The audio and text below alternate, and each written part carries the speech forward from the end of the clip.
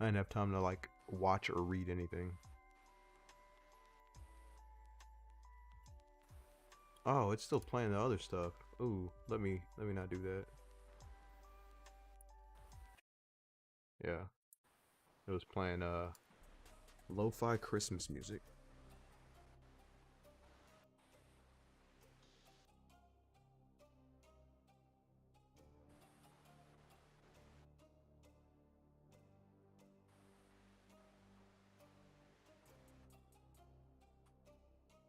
Okay, let me.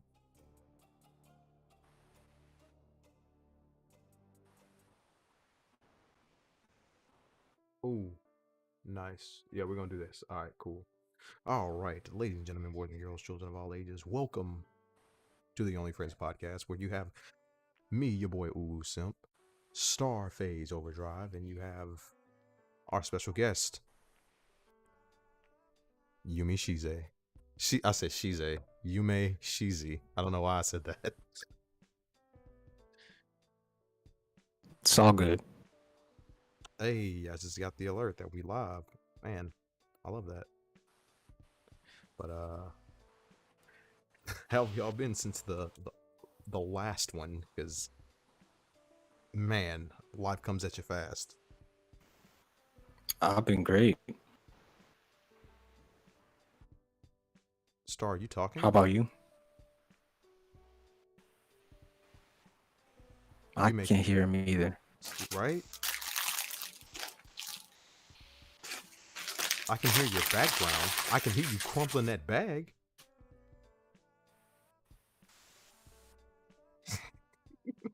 That man mic is bad. Oh my god. His mic is all the is a whole trash can.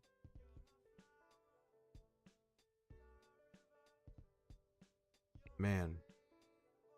Well, while Star figures out how to make his mic work.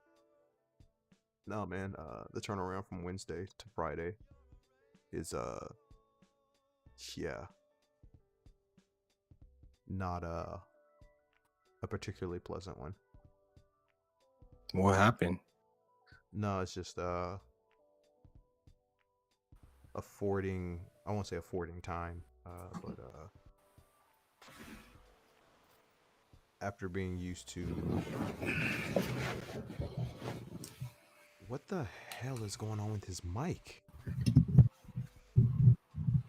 Like, it's like, Well, I can hear him. talk again? Oh, wait, never mind.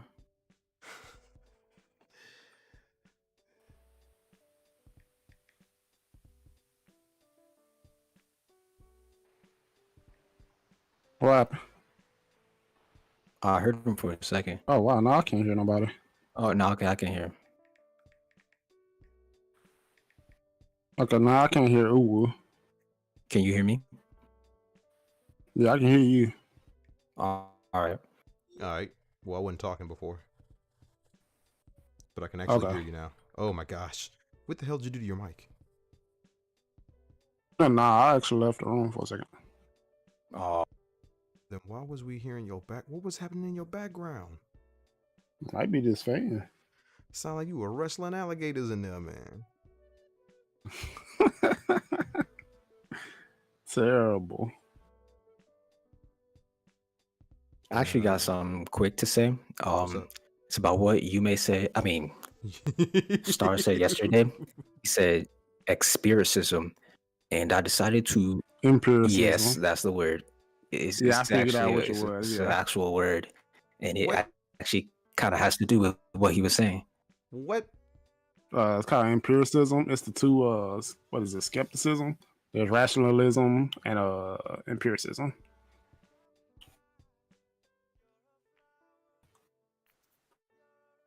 So yeah, he wasn't making up a word. Oh, well, he wasn't trying to. Yeah. It's like I was putting the definition and the word together. Yeah. Oh man. Well, congratulations. Somebody actually came out and defended you. How do you feel? Pretty normal. You don't get used to it because that ain't gonna happen. I ain't gonna defend your ass. No, I actually ended up looking it up myself too. I'm like, I know what this is, but it's actually in my notes. I didn't pull them out Wednesday. Yeah, I actually got them in my notes. So I just went back and looked through them. So we want to talk about Red Sun, or are we gonna wait for dark? I don't know if Dark gonna come, man. I just spoke to Dark, so Dark should be on his way. We was just playing Apex. And then he had asked Gobi if he was gonna join. What did Gobi say? Oh, He said he'll see in about what his exact words were. I gotta see what's gonna happen in about 20 minutes. I'll let you know. Oh, there he is. oh. What about snap. Zaraki? Zaraki dead. I don't know about Saraki. He dead. As far as I'm concerned, he dead now. I ain't heard from that man in like 4 days. He dead. Rest in peace. He was just talking about, what was it, the Overwatch buffs or something. I think he even put it. Hey, what up, y'all? But he said he gonna join a little bit later, but he hasn't finished Red Sun. He's only made it Red to, Sun. So he gonna read Red Sun while we eating. well, actually he's eating because he just got off work not too long ago. Same. And secondly, I think he read part 2 and some up to like page 15 of part 3. Like we may have an actual special guest later. Who? Not Gobi. Another Oh, guy. never mind. Not another guy that I know. Because well, it's a Friday, and typically, Friday is one of the days where I get a lot of my social work, I guess I could call it, where I get a lot of that done, where I tend to social relationships and foster that. But yeah, I got a friend of mine is coming by because I have to give him something for another friend, and he's bringing me food, and then I'm gonna pay him for that, and then he may end up sticking around. He's very, very plain. I don't know if you can tell by sound of my my voice, but he's very very by the book, very straight. There's nothing wrong with that, man. They always, they're dependable. That's true. It's man. If Zaraki were here, bruh, he is so dependable. He has his own cliche. Like there's damn. Yeah. That's and I ain't even coined the phrase. Another friend of ours did. Another mutual friend of mine and Zaraki's coined the phrase, but it was so perfect that we both adopted it. Oh. And then wait, have you did the intro yet? Wait, we're not Yeah. streaming right now, are we? yes, No, we are. Oh, We are live right now. Oh man, we live. Well, Yeah, we are live right well, now. before we man. get okay, that's right. We're doing the first hour. We're just talking about whatever, right? Well, we can't So, talk about what you we may. wanted to, because we want to go into the rest of Red Sun, but Zaraki is finishing up Red Sun before he jumps in. I don't care what you say. He said he eating, but he finishing up Red Sun. you may. I know. I don't want to dive deeply into this subject, Mhm. but I was like, man, after watching hockey, man, I just feel like you have to take a deep breath. Oh my god. And because you gotta wait a whole nother week before you get another episode. Oh my god. But this episode was ridiculous. It man. was. Oh my yeah. God. Oh yeah, I had my gripes about it though. I did have my gripes about it. Wait, did Zaraki even watch it? No, not yet. That's why I'm not gonna dive deeply into it. I'm gonna wait till Zaraki. I mean, you can dive in right now. Yeah, y'all can dive in right now. while he's not there. I'm gonna Okay. activate my new All bank right. card while y'all doing this. Okay, so it's just little nitpicks, because with hockey is such a good anime that everything's not gonna be perfect, or maybe you picture things gonna be slightly different, or maybe think they should have been slightly different. And mine was with the ace when he was serving. Like I feel like it was supposed to be a cool moment for him, but I feel like the animation and just like everything that was going on didn't really live up to that moment. Like when he was serving, like I feel like because he's tried that serve so many times and he's failed, and like okay, me and Star was talking about this earlier. Like Kageyama, when his serves come up, oh my god, this like That shit was hilarious. a huge moment, for the series. It's like for the episode, it's just like Kageyama serves are like, this animated well, you feel you feel the intensity. It's just like, oh my god, yeah, Kageyama's up to serve, It's I just like, completely understand. yeah, and even after the ace got done serving, like even the crowd cheered for him, like the rival crowd cheered for him. It's just like I feel like it didn't live up to the moment, man. Like they should have did the animation, that they should have put the time and effort into his animation and his moment. As far as it should have been the same as Kageyama. But we all know Kageyama. Yo, go ahead. The lead up, right? Like as you see his hand moving, they already used that animation in another episode, and that was why he failed. So like it kind of feels like the moment didn't really feel that different. I feel like they could have done something like with Oikawa. Like every time that man serves, it's like it goes Sakuga. They kind of have like those brushworks. It looks crazy. Yeah. It looks exciting. Yeah. But they didn't really do that. I can understand that. But I'm like I said, I'm nitpicking at this moment. Yeah. Like it was still a good moment. I love the episode. It's just like it's not very many series that like after you get done watching them, it's just like, oh man, here we go. Another 7 days, another 6 days till the next episode. I think it's really be them cliffhangers though. It just kind of it's the cliffhangers and the fact that the match does get intense. So it's like, man, we still gotta wait for the match to end. That's another nitpick. I was talking about this earlier. Like this match, it just doesn't have that emotional attachment. So I can't really put it up there as some of the other matches. There's nothing that like really just draws them against each other. Or it's not like a barrier that one team has to. Okay. If anything, I feel like this has been Tanaka's match. Like they're putting a lot of emphasis on him. I loved it. But just in comparison of the other ones, I just don't feel that. And even when they was doing like a rally, even like the longer rallies, in this one, it just didn't feel as intense. It's like a whole bunch of like screen cuts or stop screen, or I can't think of the right word right now. But it would just stop and then just show that the person got the ball. Yeah, and it just showed that it wasn't really just animated. Yeah. So it just kind of took away from just the engagement. Like you, when they want to engage, you can definitely tell. Like you also brought it looks great. You also brought something up in the conversation we had earlier about Hinata.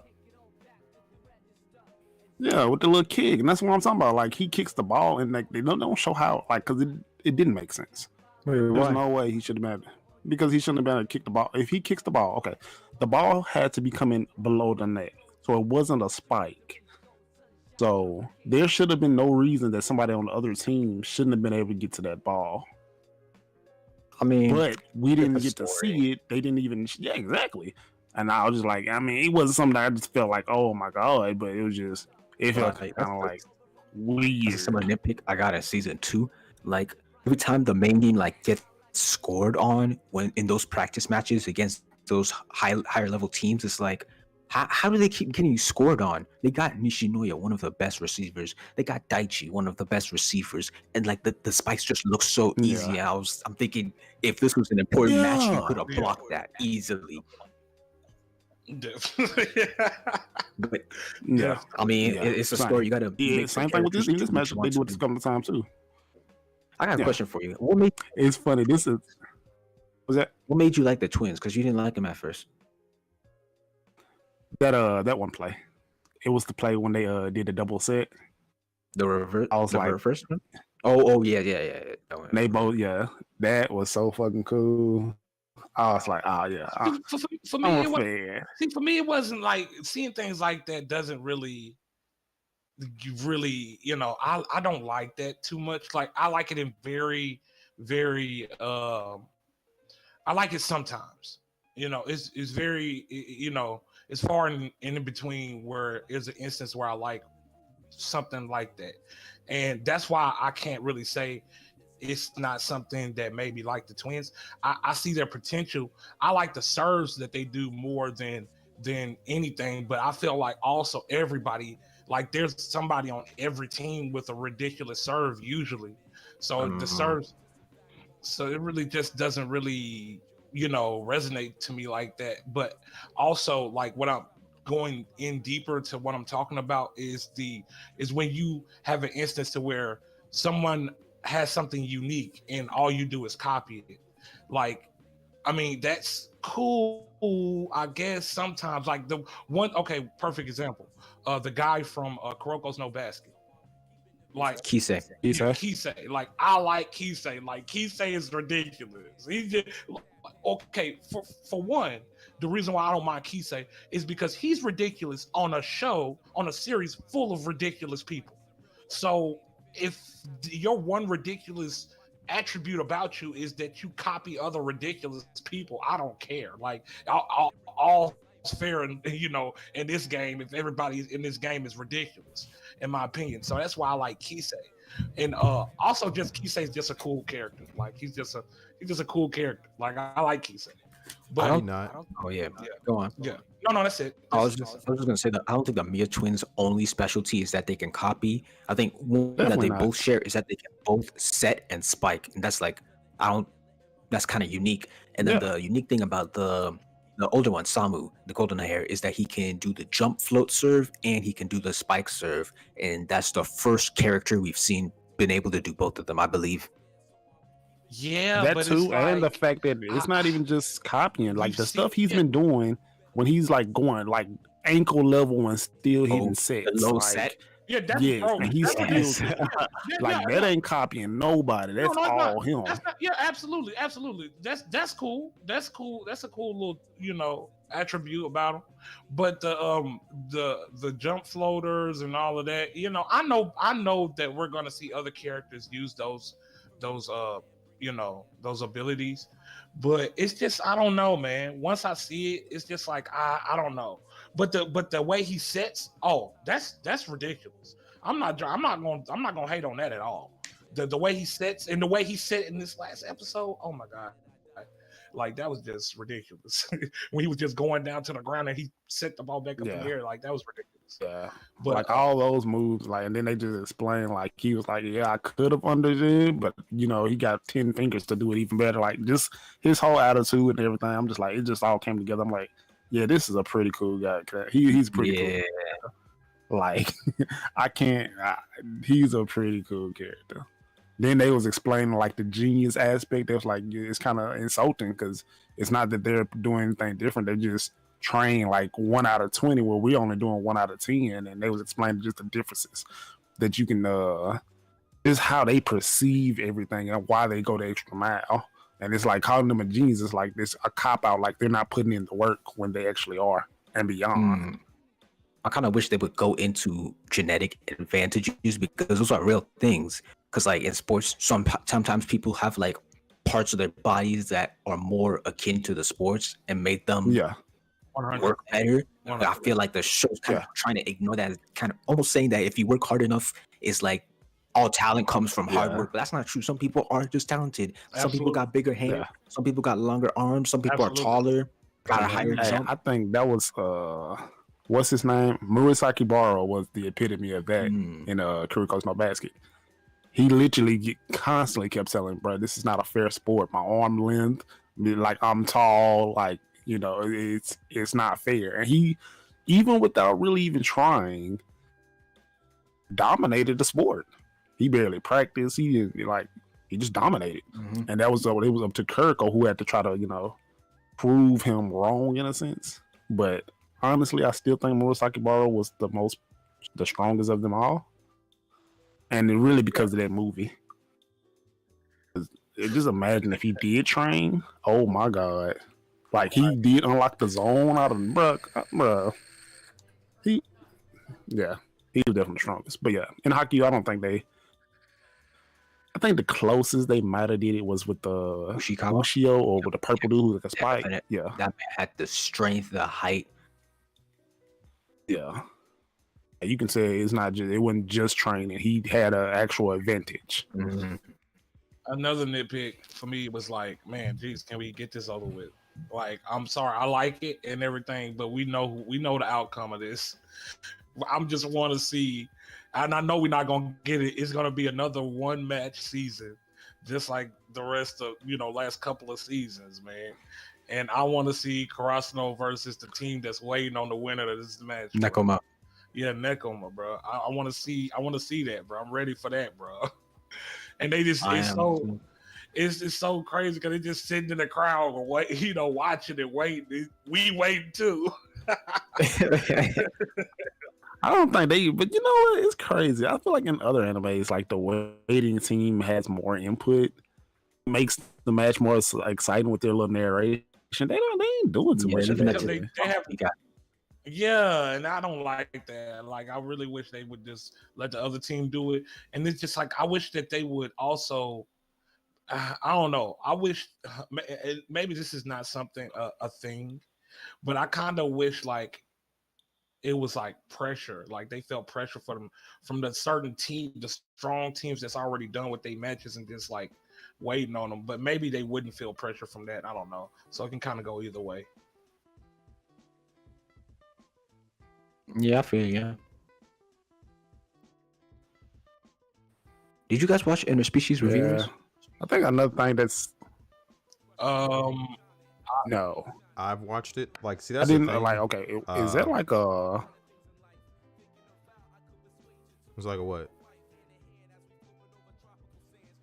Like I didn't know was it like a movie or is it a no? Okay, I thought it off and said something. Like, was it like a movie or like what is it? Like, it's a series. It's an anime.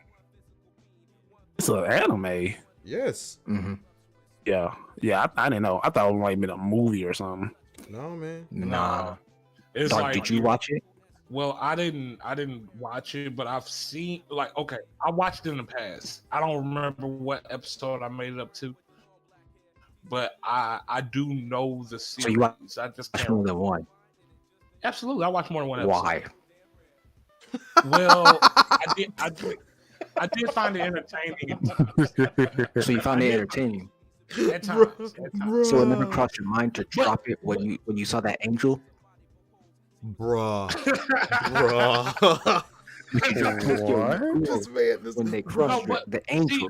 No, let me explain. No, okay. There's this angel that looks straight up like a girl. And guess what? It's a trap, but it's not just a trap. It has It's own hermaphrodite. packages. It's a hermaphrodite. Oh my god. Yes, it's hermaphrodite. And the thing about it, okay, see, I didn't go in. See, it's the thing about it. It's the thing about me, man.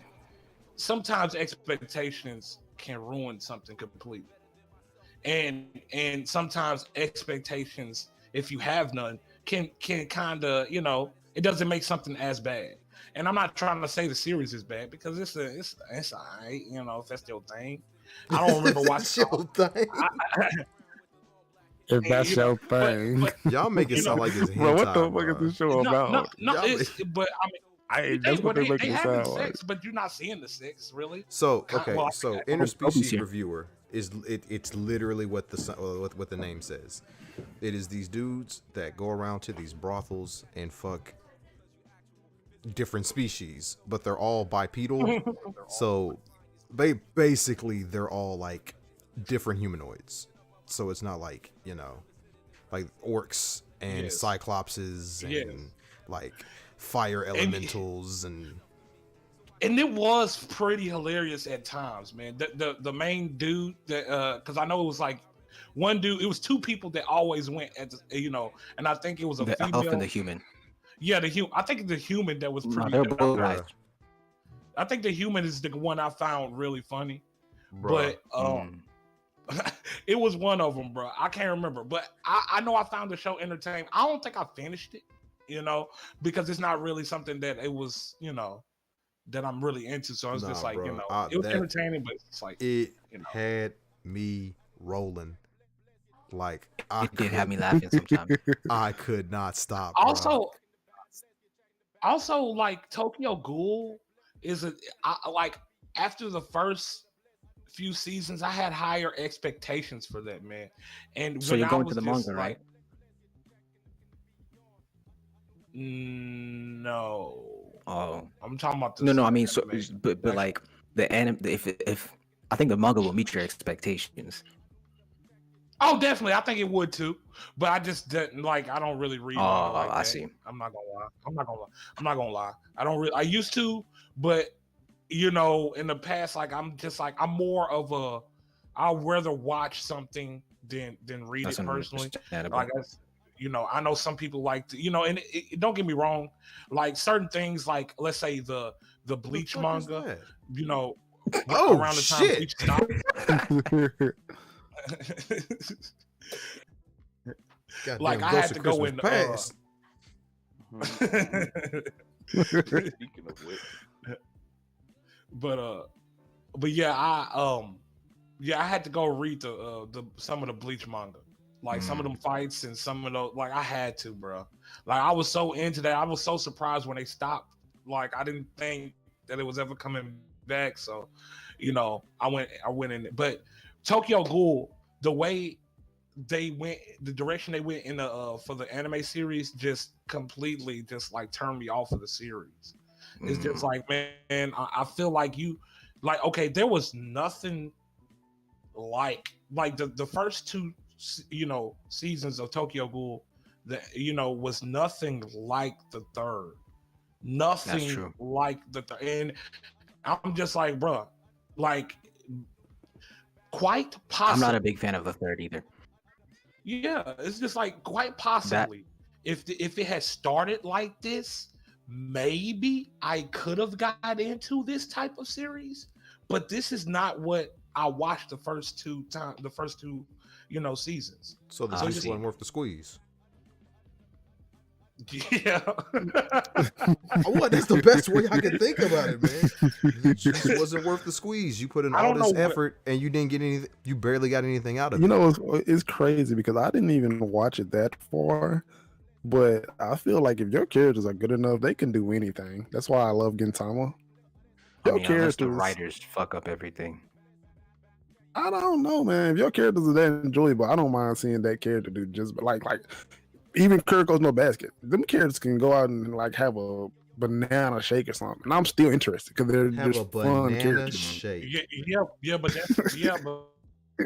I think certain characters I expect to do certain This act a almost certain Nelson way is and be a missing certain way. ass. So I don't think any character can like pull that off. Like if I'm watching a series and this character does something out of his Character. characteristic, yeah, I'm going like what, but Gintama he's that type of character where he can do just about anything and be comical at times. That's the way type of character he is. But Kenpachi, you're not gonna expect Kenpachi to do certain I things. think it'll be funny. I'll laugh he's pretty interesting. if he goes to a banana shake and he's trying. Bro, I think that'll be funny as hell.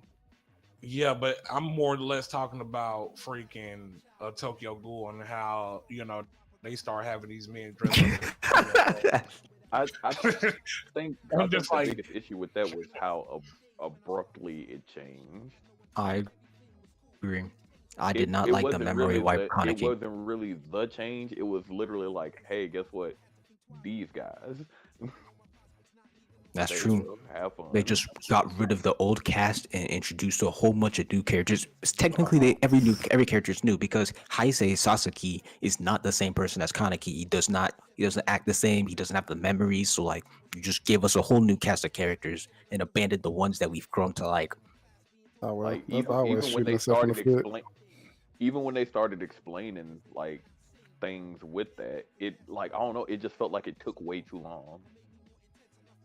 Mm-hmm. Well, glad I never started that one. I never finished that one. I was just, I I don't mean, know. the I didn't manga's know. great. I'm pretty sure it is. It's funny It because I'm starting to think I like manga more than even animes because That's where I'm at. the mangas it just feels more complete. Animes they yeah, sometimes I and feel sometimes animes can be better. Like I said, I think I may have said it last time about Yu Yu Hakusho's ending. Absolutely. Anime 10 times better. Terrible. Honestly, the entire thing So is better. sometimes, Not even just the ending. yeah. Because the art, like, it's just so weak in the manga. Like, you look at a picture of Yusuke punching Tokuro, you don't really get that dynamic feel in the manga. Then when I saw it in the anime, I was like, damn, they made it so much better. Man, when I watched Yu Yu Hakusho, I was just like, when we were introduced to Tagoro, I was just like, man, these people, they don't stand a chance. Bro, y'all should know what I said when I seen Tagoro, bro, especially when he transformed, boy. I was like, man, this nigga, man, You ain't ugly. ugly as fuck, bro. What the hell is this thing, bro? And he just keep getting more and more muscles on muscles, bro. Y'all can get more creative than that. Muscle, like a freaking 5-year-old, bro. Like he muscle and muscle and more muscles. Like, what the hell is this dude, man? His face had muscles on muscles on muscles. It was ugly. Then he was moving around all fast. I was like, well, this is ugly. This is so ugly. But just like at that time, I was just like, man, Yusuke and them don't stand a chance. No, he definitely gave that impression because they was looking sad against him. Yeah, man, it was just like he had too many muscles. Apparently, it was just like I don't know, just like that really left an impression on me, like how dire their situation was. Like if Tagoro had won, like, but they did, even though they did continue on with villains after Tagoro, but yeah, I don't know. I really like Tagoro as a villain. I do too. slightly off topic. Actually, completely off topic. Did y'all see that thing with the little Yu-Gi-Oh tournament, or the reason they have a card limit now? Nah. Okay, so apparently, the reason there's a 60 card limit now is because originally there was no limit. So these two guys decided that they was gonna dress up like the Blues Brothers. One of them named Mike Sway, and the other one like Tobias Hayner. And they brought a deck with 2,222 cards. And so in the match, they would and the deck was centered around all kinds of cards that makes you have to look through your deck and shuffle. And so it was like they couldn't really shuffle 2,222 cards. And so while they was trying, the person they going against would just quit because they was like, this is too time consuming. That shit had you dying, bro. Like, dude, you should do this, guys, bro. And then the judges play like, it's not against the rules, but can you please just quit the tournament? And like a year later, they said that's when they introduced the 60 card limit, bro. I was dying. It was another story they were saying. It was the Magic the Gathering. And it was a card called Chaos something. Chaos. I'm gonna call it Chaos Crumble or something. And what you do is you hold the card above the field, and you drop the card at least a foot, and every card that it hits is destroyed. So somebody ripped up the card into a lot of pieces and threw it onto the field, so the pieces hit all the cards and he destroyed it.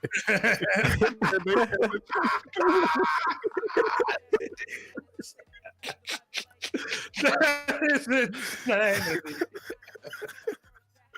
And guess what? I have a new one I'll replace it with. It was so bad that they banned the card, and then they made a joking card of it called what was it, like Chaos Crumbled or something, and it was talking about that card. It was great, dude. I was like, just the real scenes is like, bro, just hilarious. I wish I had a picture of them Blues Brothers though, bro. It took two of them to hold the case for 2,222 cards, dude.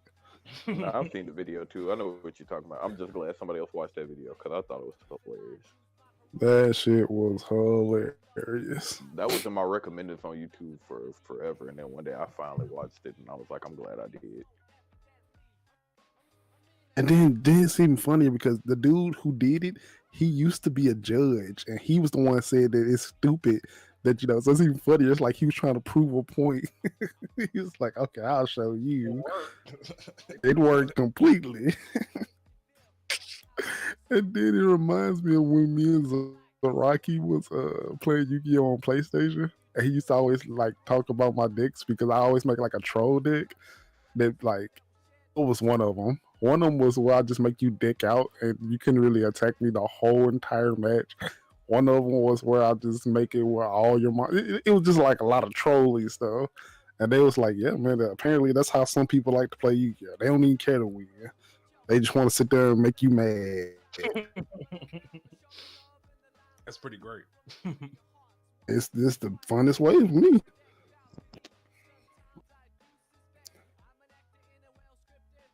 So we want to talk about Red Sun? I guess we can. I mean, This seemed like a Zaraki thing. that's who we waiting on. He said he was gonna join a little later, man.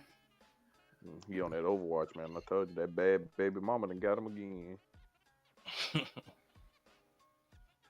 Okay. One more thing, and if he is not here by then we'll just, I guess, go ahead and go with it. Did anybody else watch The Children of Men? Nah. I've already seen it, but it's an amazing movie. I rewatched more than half of it a few days ago. But yeah, did you watch it? Yep. Oh wow, what did you think? It gave me nostalgia. It made me feel like when I used to be in school and I would just grab my pencil and paper and start drawing until the movie's over. Oh my god! Like, Of course, it was. of course. I didn't care about anything that was going on. Like, okay, of course, I've never been a movie person. I'm just not. But it was pretty much characters go from point A. Some character gets shot. Characters move to point B. Some character gets shot. Characters move from point C. Character gets shot. Characters move to point D. Characters get shot. And literally that was from one point to the end. I was just like, and I guess you can say it was engaging. I just didn't care.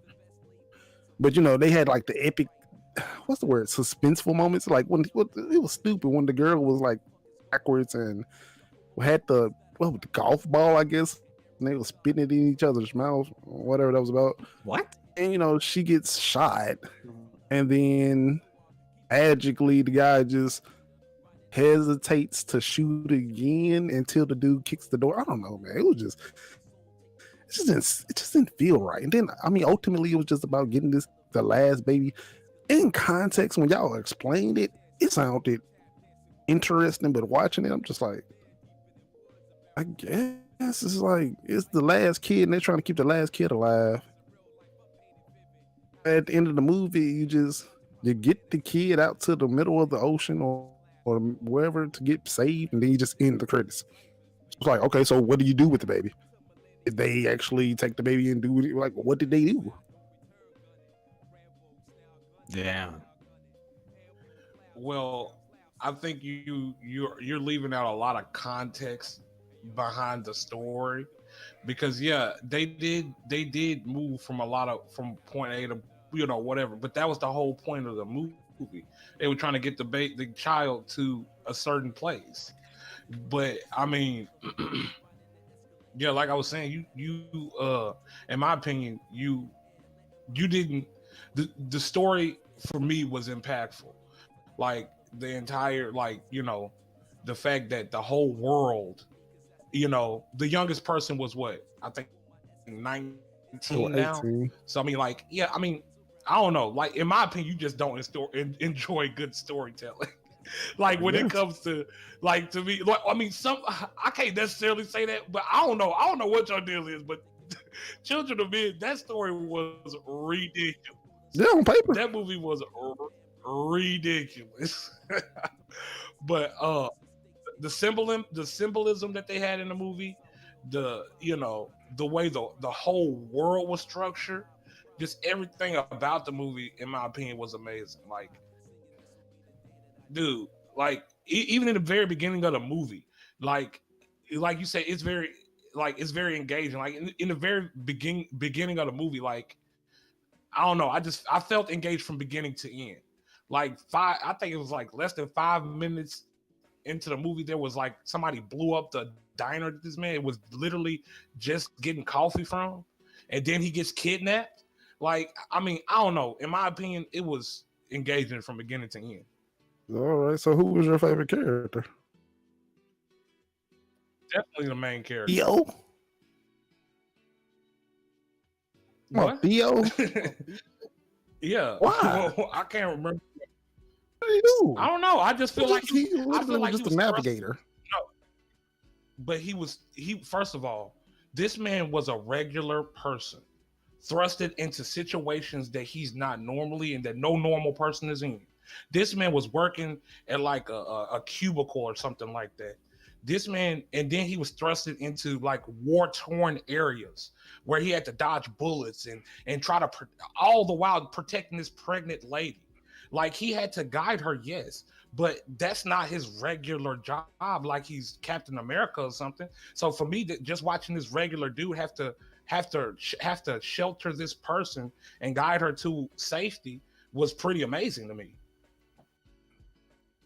Well, I mean, number one, you can call bullshit because, you know, the fact that he's never done something like this before and did it so excellently, that's kind of bullshit. And then secondly, again, what was his character though? Like, what was great about his character? That he made it or he was successful? What was great about his character? What was endearing about his character? All he ever did was just drink and get a little depressed, and you know, he had a little moment with his girl. And then kind of like Constantine. Also, kind of like Constantine. Constantine is cool, and who also drinks and depressed and all of the above. And actually makes fun jokes. Yes, actually makes fun jokes. Constantine don't even make jokes. He's just an asshole, bro. What you talking about? Okay, even if that's a personality, this dude literally has no person. He just sit here, he had drank, and then I almost want to say his acting was bad. I feel like I could did better, but no. he didn't do. I think so. I think I could have did better. No, no. Says the guy who's nodding and running off in his acting. But nah, we need to take so we can check tape now.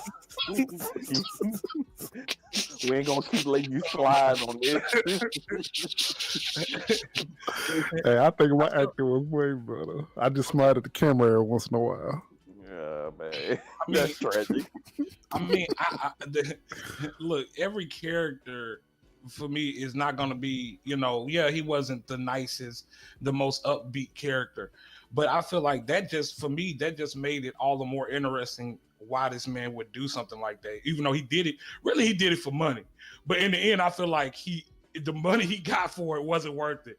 Like, and not to mention, like, I feel like in the end, you have to, like, it's not just for money in the end. Like, and also I feel like that's another reason, like, if you're just doing this for money, like, you could call it quits at any time. At any time this man could have called it quits, but he continued on.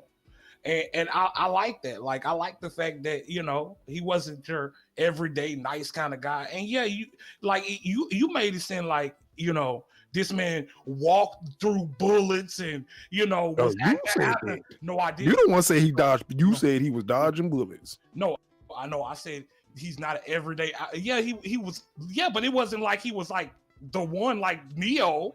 This man was. It was like he was running for his life. They were running for their life. It was. He's so happy to get caught. Everybody else getting caught by any stupid stray bullet. Spoiler alert: he dies in the end. Secondly, it's not like he didn't have help, because he had help the whole way through the movie. Like he had people, he had friends that was helping him. Also, he had that crew that was helping him. So it's not like this man was out there by himself, like Rambo, protecting and killing everybody, running, easy clapping this whole mission. No, this man was actually he was scared for his life at times. He, like, the situations that happened, like, it's just like, it's a spur of the moment thing. Like, what are you gonna do? That's kind of how I felt. Like, man, I don't know what I would do in this situation. It's just watching that was interesting to me. It was engaging. So you never felt like it was going down a predictable path? No, not really. The second time somebody had got shot, okay. Let me see. Homegirl had got shot. After the whole situation when they got to the, I guess they're the rebels, or what do you want to call them, the uprising. And they ended up having to run from them. And then they got caught at the other guy, and then they shot the other guy. I was like, okay, so that's pretty much what's been going on the entire thing. You get the crew, they meet up with somebody, they quote unquote try to help them, then they end up in a situation where they gotta run again. They get to a location, then somebody tries to help them. Oh, and also somebody has to die every time this happens. Then they get to the location, then they got to get away from the location. And then just to make sure they put emphasis on it, he stood and watched the guy get shot, because we had to know that somebody died. There was no way he could have just left. No, we had to see as the audience that somebody died again, give us a thumbs up, then they move on. Then they on like the refugee bus. Homegirl just has to get taken off to the refugee. Why? Because somebody has to be gone every time they make a move. They keep on moving. They get to the little house. Who was it this time? Guy who helped him, he was like some foreigner, and the white guy with the dreads, he comes up out of nowhere, and they just sitting there talking, and he just shoots him, because you know why? Somebody has to die every time they do it. They just kept going. Didn't mind it at all. They just kept doing it the entire time. I'm just like, didn't mind it at all. In fact, they did it so much that even the main character died. They was running out of characters, so they was like, "Whoop! I get you. Gotta go, buddy. It's either you or the baby." So now he died in the middle of the ocean. That's like, all right, we're out of characters. End of the movie. We're done. Nope. Feel like you hating on it completely. And then not to mention, not one time. Like, okay, so your opinion on the story is what? I think again, the concept is great on paper. I just don't think the movie just sold it for me at all. The way he was running, like a lot of the situation. What was it? When they was pushing the car down the hill, and then homeboy with the dreads was running all fast down there. They talking about, should I shoot them? I'm like, oh, that kind of crap, dude. Like, it just didn't feel real. It's just like, it felt so movie. It wasn't selling it. It wasn't selling the moments for me. Like, the ways he was getting out of these situations, just, I wasn't buying it. Hey, man. Especially, as you said, as a normal person. Hey, I feel like it's a difference of opinion. I liked it. I thought it was great. I mean, a lot of people think it's great. It's a highly recommended movie. I just saying how I personally felt about it. Like, that's just how I felt about it. I didn't get no kind of... Not to mention, you did go into the movie knowing pretty much everything that was going to happen before it happened, because you got a full detailed explanation of it. So I do feel like that plays a part in anything. That can work against that. If you have anticipation and you're watching it, it meets your expectations, like you was talking about earlier, expectations, then it can work out. But at the same time, if you do, maybe that's what it was. Maybe my expectations was at a certain level. So when I watched it, I'm like, wasn't quite there. For me, expectation is completely different from being spoiled. Like, actually knowing what's going to happen before it happens, and like, for me, that plays a part. Like, I mean, don't get me wrong, when you watching it, it's still the first time you're watching it. But me personally, I mean, maybe you're different. Like you said, Definitely. you said, but me personally, if I knew everything that was going to happen before it happens, I'm waiting for it. But at the same time, I'm just like, I'm watching it, just critiquing it, kind of, not just watching it for the first time, experiencing it for the first time. Like that's just how I am personally. Right, but at the same time, I can say on that, I read manga and then I watch the anime. I know what's gonna happen, but it's not taking it away. Me liking the anime, it can, but it's not so much because I know what's gonna happen. It's just how they're gonna execute it, or if they're gonna execute it correctly. Are they gonna leave out stuff like that kind of stuff? This was one of those situations where I had the story, and then all I had to do was watch the movie and see if they execute it. And watching the movie, I just feel like I wasn't buying it. And then it was Personally, ugly. I gotta agree. Well, with perspectives, I gotta agree with Star because one of my favorite movies is The Dark Knight. And before I watched that, I watched like tons of analysis going into details on like specific scenes and themes of the movie. And even once I watched it, I was still amazed, even though I knew exactly what was gonna happen. I can't do that. I can't do that. I avoid all behind the scenes, all I try to avoid all spoilers, and it's not to say that I wouldn't enjoy it even if I watched it, because I probably would, especially if it's an action movie or something like that. But it's just like, I don't know. It takes some of the anticipation away for me personally. Like, I don't even watch full trailers anymore. Like, I watch part of the trailer. I probably watch like 15 seconds of the trailer.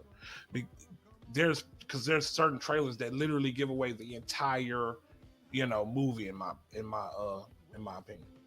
Batman v Superman. Definitely.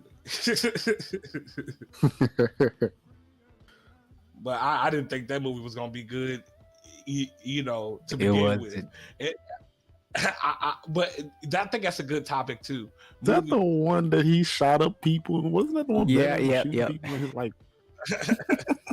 I think that's a good subject. Movies that going in you think are gonna be bad, but end up being good.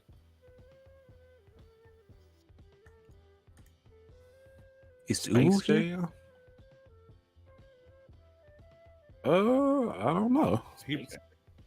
Because he talked about favorite DC animated movie, and I was gonna go into that. That's fine. I heard mine is easy. What's yours? What was it? Justice League War? That one was great. I from the beginning to end, I was entertained. From the jokes to the actual serious plot of it, like everything about that was great. Superman getting bodied, bro. Oh man, that was great.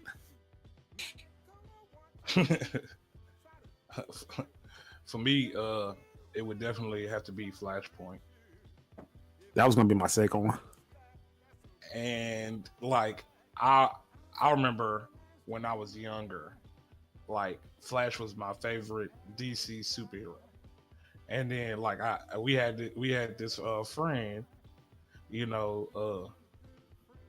let's just say his name is Light, and he always hated on Flash. And I'm just like, bro, I don't know. I just like him, dude. He's the fastest superhero. Like, he's my favorite. Like, I don't know. But, like, for the longest, this man was hating on him until he saw Flashpoint. Flashpoint changed his entire perspective about Flash. But I found that hilarious. And then he started claiming Flash. But anyways. That's hilarious. I actually remember some of the man. You talking about all you gotta have is a pocket full of marbles to beat Flash. Yeah, I'm not gonna deny it because it happened. Bro, hey, I used to think Flash looked but I used to think all of them look. That's why bro, back then you can tell me any of them beat up Goku. I seen Superman lose to electrical cords, Flash was losing the marbles. I'm talking, no. He was so bad that somebody threw a rock at him while he was running. I'm just like, nigga, are you fast or not? Like they would trip him and stuff. I'm like, dude, what is going on? Why are you so weak? Why are y'all so weak, dude? But Flashpoint, in my opinion, was a pretty ridiculous movie. Like, just like from the point of view of Batman, Bruce Wayne's father out there using 2 pistols killing villains. This man was actually out there dealing justice. And who else? Oh yeah, his mom, Bruce. What was that nigga Aquaman boy? That man was out there on steroids. Oh yeah. And Wonder Woman, I actually like that Wonder Woman, even though she was like, I like that. Okay, let me say this. Let me be, quite clear when I say this. I thought that Wonder Woman, as far as fighting, was pretty ridiculous. Like, but she was like, I don't know. I didn't like her personality and all of that. Like, but also Bruce's mom, I thought that was pretty ridiculous how they made her Joker. Oh, yeah, that was pretty cool. Yeah, and but yeah, I thought Flashpoint, I think, didn't it like reset the whole like universe or something like that? Yeah. Yeah, and that was the whole point. But they was like it'll get even worse, and that's how it supposed to tie it into a different movie. Yes, it did. It was one of the most recent Apocalypse. Yeah. Well, I met my boy John Constantine, where he had to also, spoiler alert. Wait, have you seen Apocalypse, Yume? No, but I'm fine with spoilers. I haven't seen most of these, but I know a little bit about each of them. Okay, well, in Apocalypse, he has to do another Flashpoint at the end. Apocalypse, so I'll just give you a heads up anyways. Well, it's okay. Yeah, that's as much. I think one of we said. I think I gave it a 6. I know I gave Flashpoint a 10. I know I gave War a 10. I think Apocalypse was the only one I gave a bad score. I think I even made it lower than a 10 after somebody told me something. Can't remember. I think I was talking to Zaraki about it. Yeah, I was not. Nah, I didn't really care for that movie at all. But John Constantine was great. What about you, Sheezy? Honestly, I have not watched that many DC animated movies, so I might have to cheat a little and say Trouble in Tokyo. What is that? Teen Titans. Oh, I don't think I saw that, but I know what you're talking about. It was the movie after the show ended. What was it about? I definitely know what you're talking about. It was about them going to Tokyo, and there was this guy who like made paintings that kept attacking them, and then they had to stop him. I think it was some magical ink or something like that. For some reason, I feel like I may have seen it, but it's been so long ago. Was it like music, or maybe I'm thinking about one of the random episodes? Was it like what? I'm thinking maybe it's one of the just the episodes. But what were some of the highlights of it? I think one of the highlights was Robin attacking like this paint, and then because of his colors, it kind of looked like he killed someone, and he had to get locked up, and then he had to escape later. I thought that was like a really cool scene. With scenes. Okay. It's Trouble in Tokyo, right? Plus, back then, I used to be the biggest Robin fan, boy. Couldn't nobody tell me nothing. Yeah, I mean, Robin was pretty good, especially in that show. I used to call him. I'm talking about, man, what was it? Even if you said Batman, Robin cooler. Cheesy did. Are you familiar with the WB, Yume? The WB, what do you mean? Warner Brothers? Yes, like the actual station. No, I'm not. Okay, so you didn't. Okay, are you familiar with any of the DC shows from the WB? Have you watched any of them? Like, Name them just in case. Flash. They have the Arrow. They have super. Oh, you mean the live action? Yeah. I don't watch any of them, but I am aware of them. Okay. I watched Flash for a little bit, but like it started to get annoying, so I dropped it. But I don't know. CW shows just they don't feel like real DC shows at times, man. Like I don't know, man.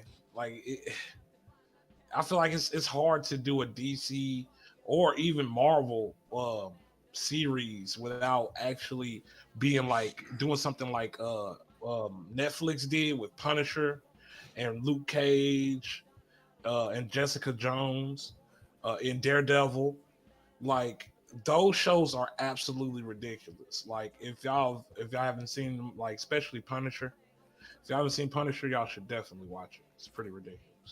And also, fun fact, they might bring Daredevil from the Netflix series. They might bring him over to the actual MCU. Like not the Punisher, but the Kingpin from the series is actually pushing for him to be in the MCU as well. So, Oh, that's interesting. But I mean, I kind of dropped the MCU after the recent Spider-Man movie. dropped it? Yeah, I mean, I was gonna stop after Infinity War. I thought Infinity War was gonna be the end. No, that's not the name, is it? Endgame. Yeah. They kept going, and I kind of felt I was like, bro, that was a perfect place to end the story, and then you didn't. And then the Spider-Man movie. End it? Yeah, if now it just feels like they're milking it. I didn't really like the Spider-Man movie that much, and then I don't really care for any of the heroes anymore because like the two good ones died, and like I feel like that was a perfect place for me to stop. And on top of that, when I look back and I look at each individual movie, I feel like I don't really like them that much. Like they're not really that well written. They're just like mediocre. And I feel like I don't need to waste my time anymore because I feel like I got what I wanted and I got a nice stopping point. And I think the story is at least done for me. That's definitely understandable. But me personally, I never ever had any intentions of thinking they were going to stop at all. Because for one, I know how much money they made from these movies, and two, I think that there's too there are too many Marvel heroes that they can introduce to continue the story, continue it going, that they have yet to introduce. That's true. So I mean, I kind of felt personally that they were gonna, no matter what, because at first they didn't have the rights to some of these characters, and just me being me doing research, I knew that they were acquiring a lot of the rights that they didn't have. So I personally never had any intentions of them thinking they were going to stop, but I what my problem was with it was, if you're not going to stop, do be as authentic as you can. And I don't know how you're going to do that because of the way you started it off. And like you made Tony Stark the whole the leader. The leader of everybody, like, so it's just like, how are you gonna fandangle the rest of the MCU into this, the rest of the characters from from Marvel into the MCU? How are you gonna do that? And that was my problem with it the whole time, because I understand. you know, because like getting rid of the main characters, some of the main characters, how you gonna continue the story? Like if you were planning to keep it going, just don't get rid of those characters maybe until like you're planning to end it. I definitely agree. I definitely agree. Fun. It's and not to mention, like, the fact that you killed Tony Stark off like after all this time, it for me it kind of takes away from him a little bit because there's versions of Tony Stark that gets pretty old, and I was curious about how they were going to continue on his story, but Yeah. apparently, but that, also Disney has been trying to do their own little narratives and have their own little narratives and do things behind the scenes like, uh, and I'll have okay, I'm gonna say this as clearly as possible. I don't have a problem with female empowerment and all of that, If you but talk about Captain Marvel, they fucked her all up in that. absolutely, Mhm. But and also I don't want you don't have female empowerment at the expense of men like that. True. That just you could just have female empowerment. Just you could just throw that out there without having to belittle men at all. Like Completely the agree. people who want the empowerment are the ones who usually are the ones who can't dictate between the two, so they end up sacrificing one for the other. It's either like you got to be like I'm man and we strong, or women and we can do it too. It's like there's very few middle grounds when it comes to either one, which is the sad part about it because it can really be easily done if Absolutely. you just stop trying to get one up on the other one. right. It's just like, man, it's like you're trying to replace all these male superheroes with females, and it's just like I have a problem with that because I like these male superheroes, and it's not like I wouldn't like these female superheroes. It's just the fact Just create new ones. yes, it's like Don't why you switch their genders. Don't switch their race. Just I actually, make a that new is hero. definitely something I want to talk about. Like, how do y'all feel about representation in media in general? Like you mean just having it in general, or when it at the cost of something? Like It pretty Like I much said, always whenever- at the cost because it seems like they can't just do it and make it natural. They always seem like they gotta almost throw it in your face. Like, dude, we get it.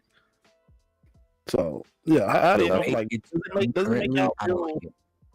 me either? But well, yeah, that's what I was gonna ask. So like, when y'all see, I don't know, a black superhero on TV, like, do you feel more powerful? Do you feel like Absolutely not. My favorite characters as a kid, superheroes, were Batman and Spider-Man. They were not black. They did not need to be black for me to like them. like I was. I completely agree.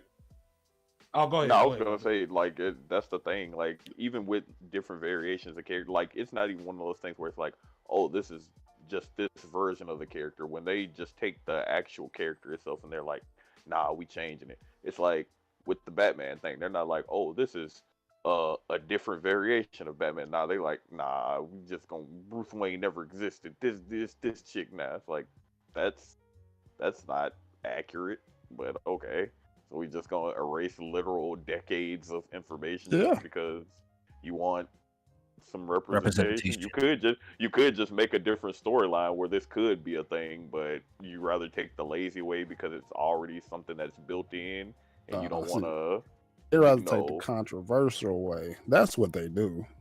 I They mean, know that. sometimes I can't even tell like if it's that because I honestly feel like people like instead of like they want something but they don't want to have to put in the work of like building a story around it, so they're like, I'm Yeah. gonna take this thing that's already established but change it the way I want to.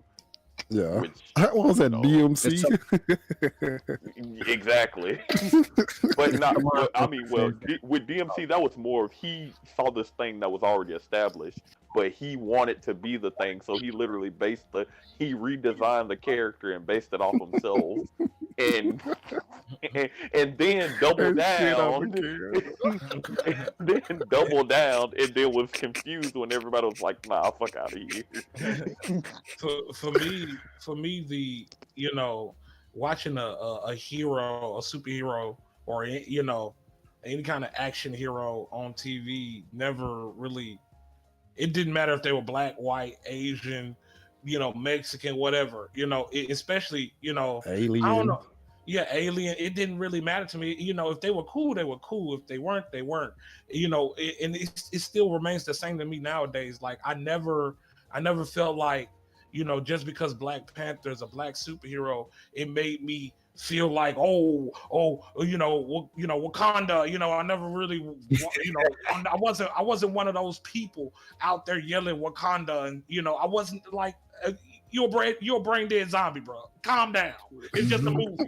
It's just a movie, bro. Chill. You know something? That wasn't even the biggest part. The biggest issue with me was all the people doing it didn't even have a fraction of a clue about the source material. So it's like, yeah, you got this cool black character, but what else can you tell me about this character? What do you know? What have you even went to look up about this character since you just love everything about it now? Like, could you tell me something that's not inside the movie? Because inside in the series, like they weren't just using that for everything. Like niggas out here, oh Starbucks, man, yeah, our cups are made of this. Like, okay, like that's not how it is, but sure, whatever you want to do. I just feel like in the end, it's just like, man, y'all just trying to make it like race related. I don't care. I don't want it. Like, yeah, he's a black, you know, he's a king of Wakanda.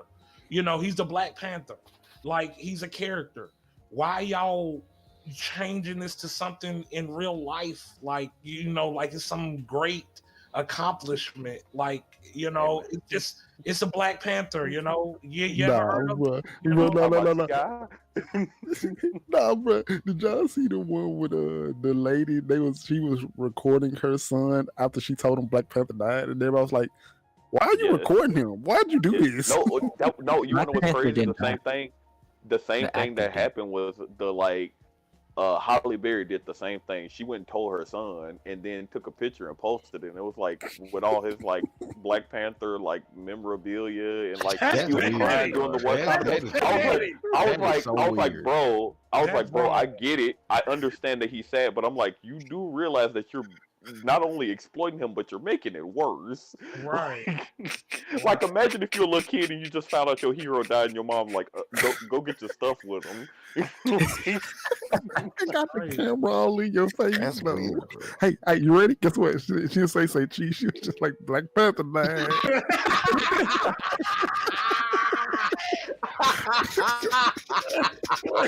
Bro, the crazy part is, it honestly feels like that's what she did. Like, why would you have this man go get all his stuff, tell him that, make him cry, and then take a picture of it? Who does that? Black Panther did. But the crazy part is, like, I don't think any quote unquote white kid would just cry if they heard Superman died. It's like, dude, why? Well, he did die. He died in the Doomsday movie. Well, he did. Well, I don't know. I wonder how it was. Christopher Reeve. I mean, I wonder how people felt with Christopher Reeve, but well, he got paralyzed, so you know. Superman. I mean, the actors, the live action actors that used to play Superman, the role is cursed. Like, the only person that really ain't had no issues was the most recent guy. What's his name? What's his name? The one who played what was his name? Todd and Scott Pilgrim. Yeah. Like, he hasn't had any issues. Well, no, all the previous actors he got sick. He got sick, but he didn't die. Of course. Yeah, like all the previous actors that played Superman just cursed, dude. Well, it's like, okay, like Christopher Reeve. It's okay. I'm curious. They didn't say, you know, I can't think of his real name. The real guy that played Black Panther. Chadwick Boseman. Chadwick Boseman.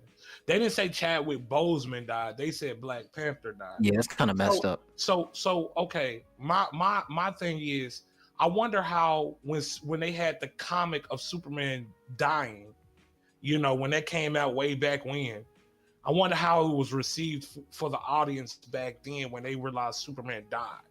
Like, I wonder if some people had the same reaction. Well, I was gonna say, I mean, well, it's a comic compared to an actual human.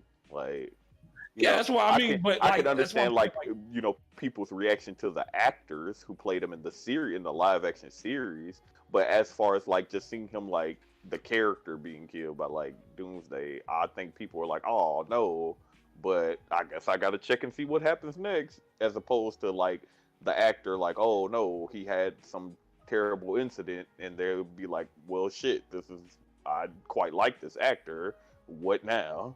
You know, I'm sure there were some people who probably felt some type of way, but oh, definitely. Like I'm not trying to say.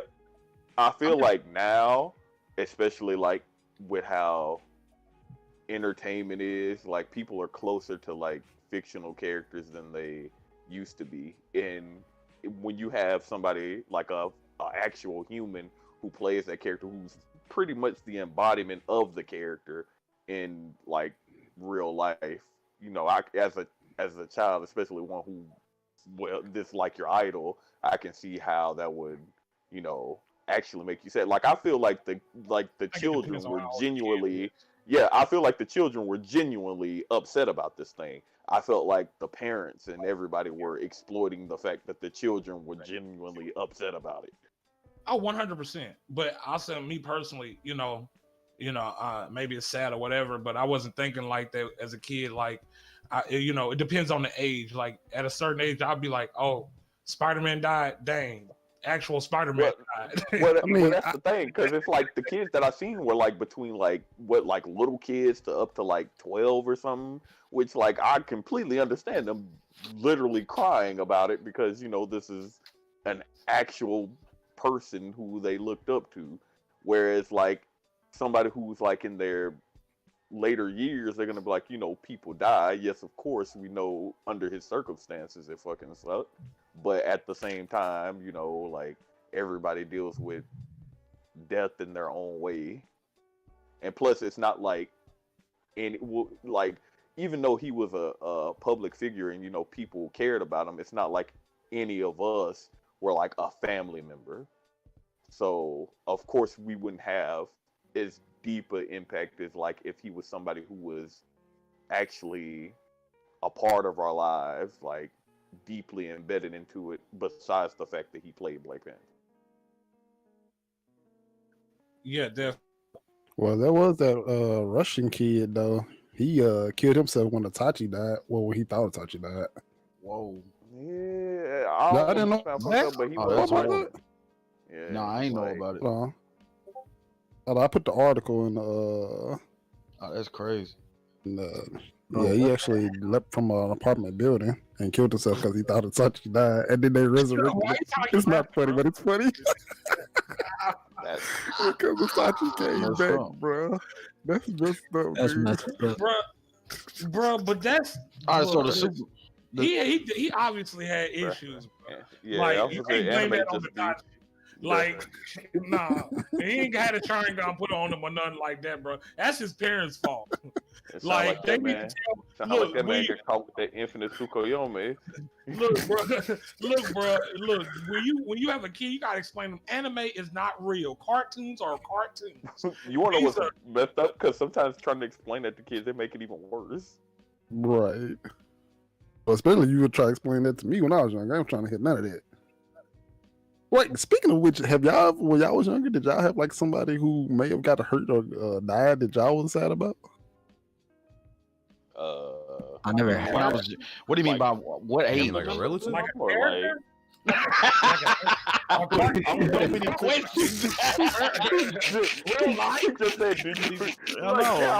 like. Have you ever experienced pain before? I mean, Johnny Cage died, bro. That hurt my feelings when Johnny. Yeah, okay, Johnny Cage. That's an example. I need more context behind this question. Character, any, I don't know, movie star character. It doesn't matter. Just anybody. Like when y'all. Oh wait, hold on. Do you mean like the real person, or do you mean like the character? Yeah. Either or. Yeah, New Japan is definitely. Yeah, New Japan is 100%. Because at the time he died, he I didn't believe. had I want to say he had not just, it'd been a couple months old. He had finally put out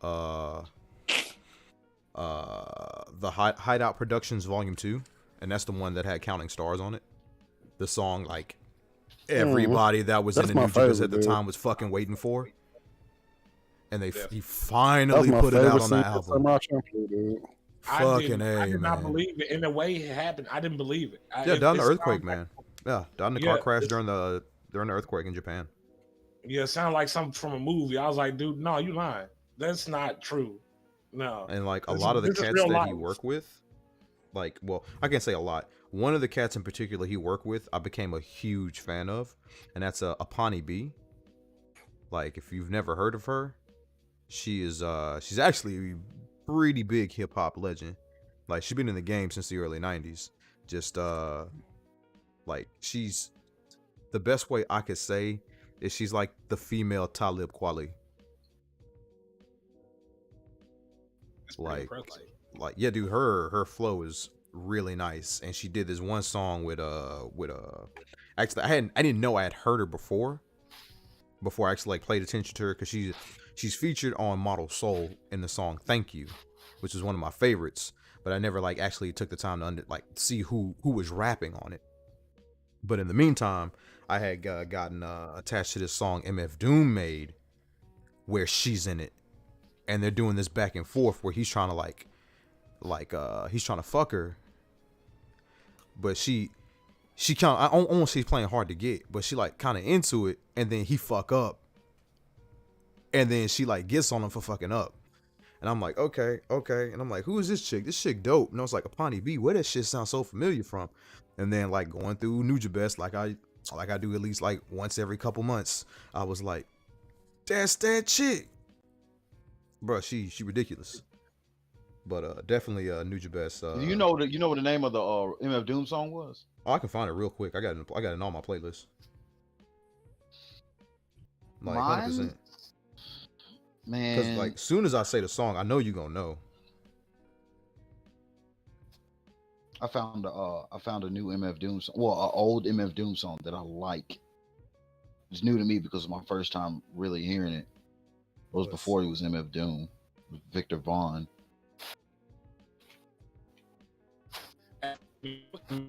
Bro. Uh-oh. What? What was that? What was that? Beat bop beat boop. That man hit that 804 Where heartbreak. now? My mic was messed up. Is this it? You what kind of music you into? Y'all gonna call me a weeb, but majority of the songs I listen to are like anime openings, anime endings, video game and anime OSTs.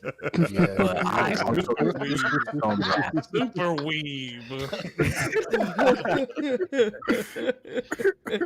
Bro, we didn't even answer Star's question, bro.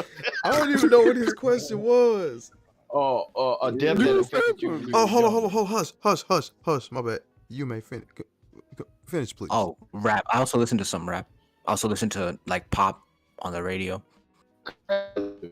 Rap, like, give me an example of rap. Uh-oh. Kendrick Lamar, J. Cole, Kanye West. Okay, that's What you Which- think he was gonna say? which He- Kanye? I seen a meme. I seen a meme. I'm on this Facebook group, bro. And they said one of the rules is you cannot post positive Drake things. Like you can't post any kind of positive Drake things. I'm like, okay, whatever. I was scrolling down and one dude said, name one good J. Cole song.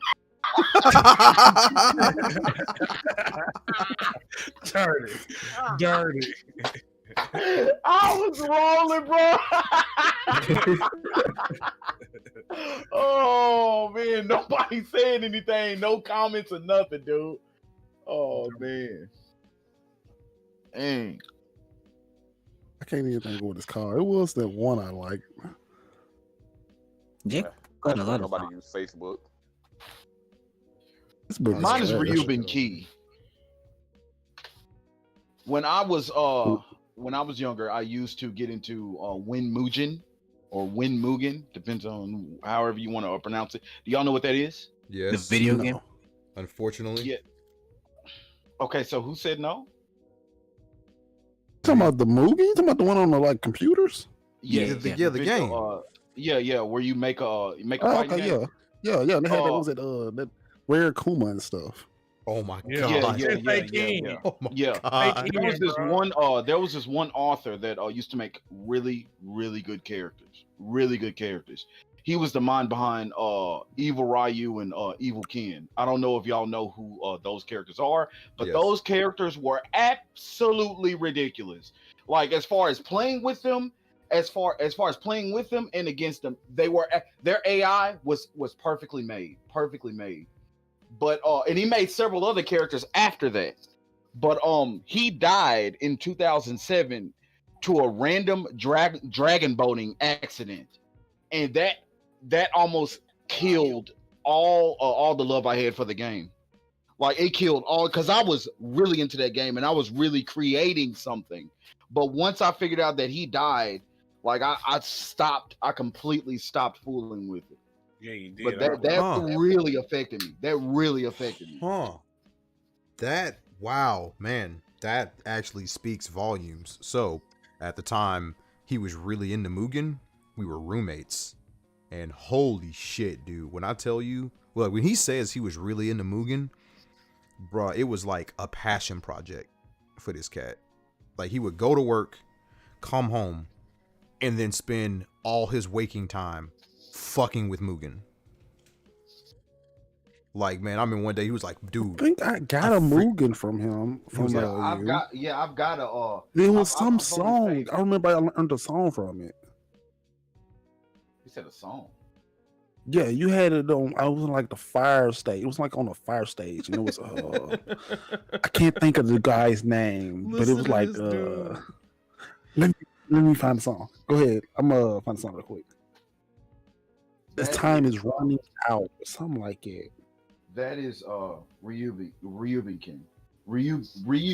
Key.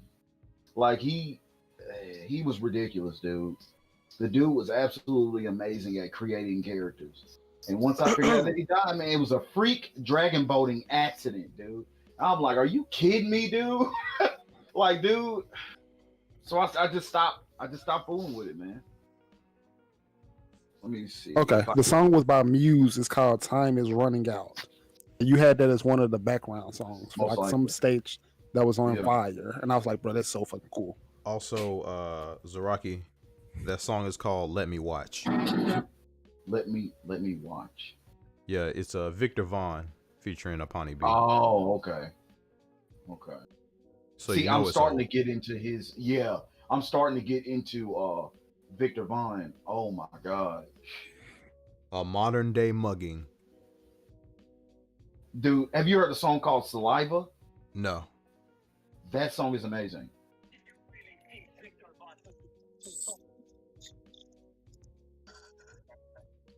Well, that would be was a mysterious ex-girlfriend. That should be their opening song. Let me watch. Do you hate that show? Nah. I thought you hated that show. It was somebody I remember, like we was talking about, and they was like, "Man, no, that show was weird but entertaining. It was great."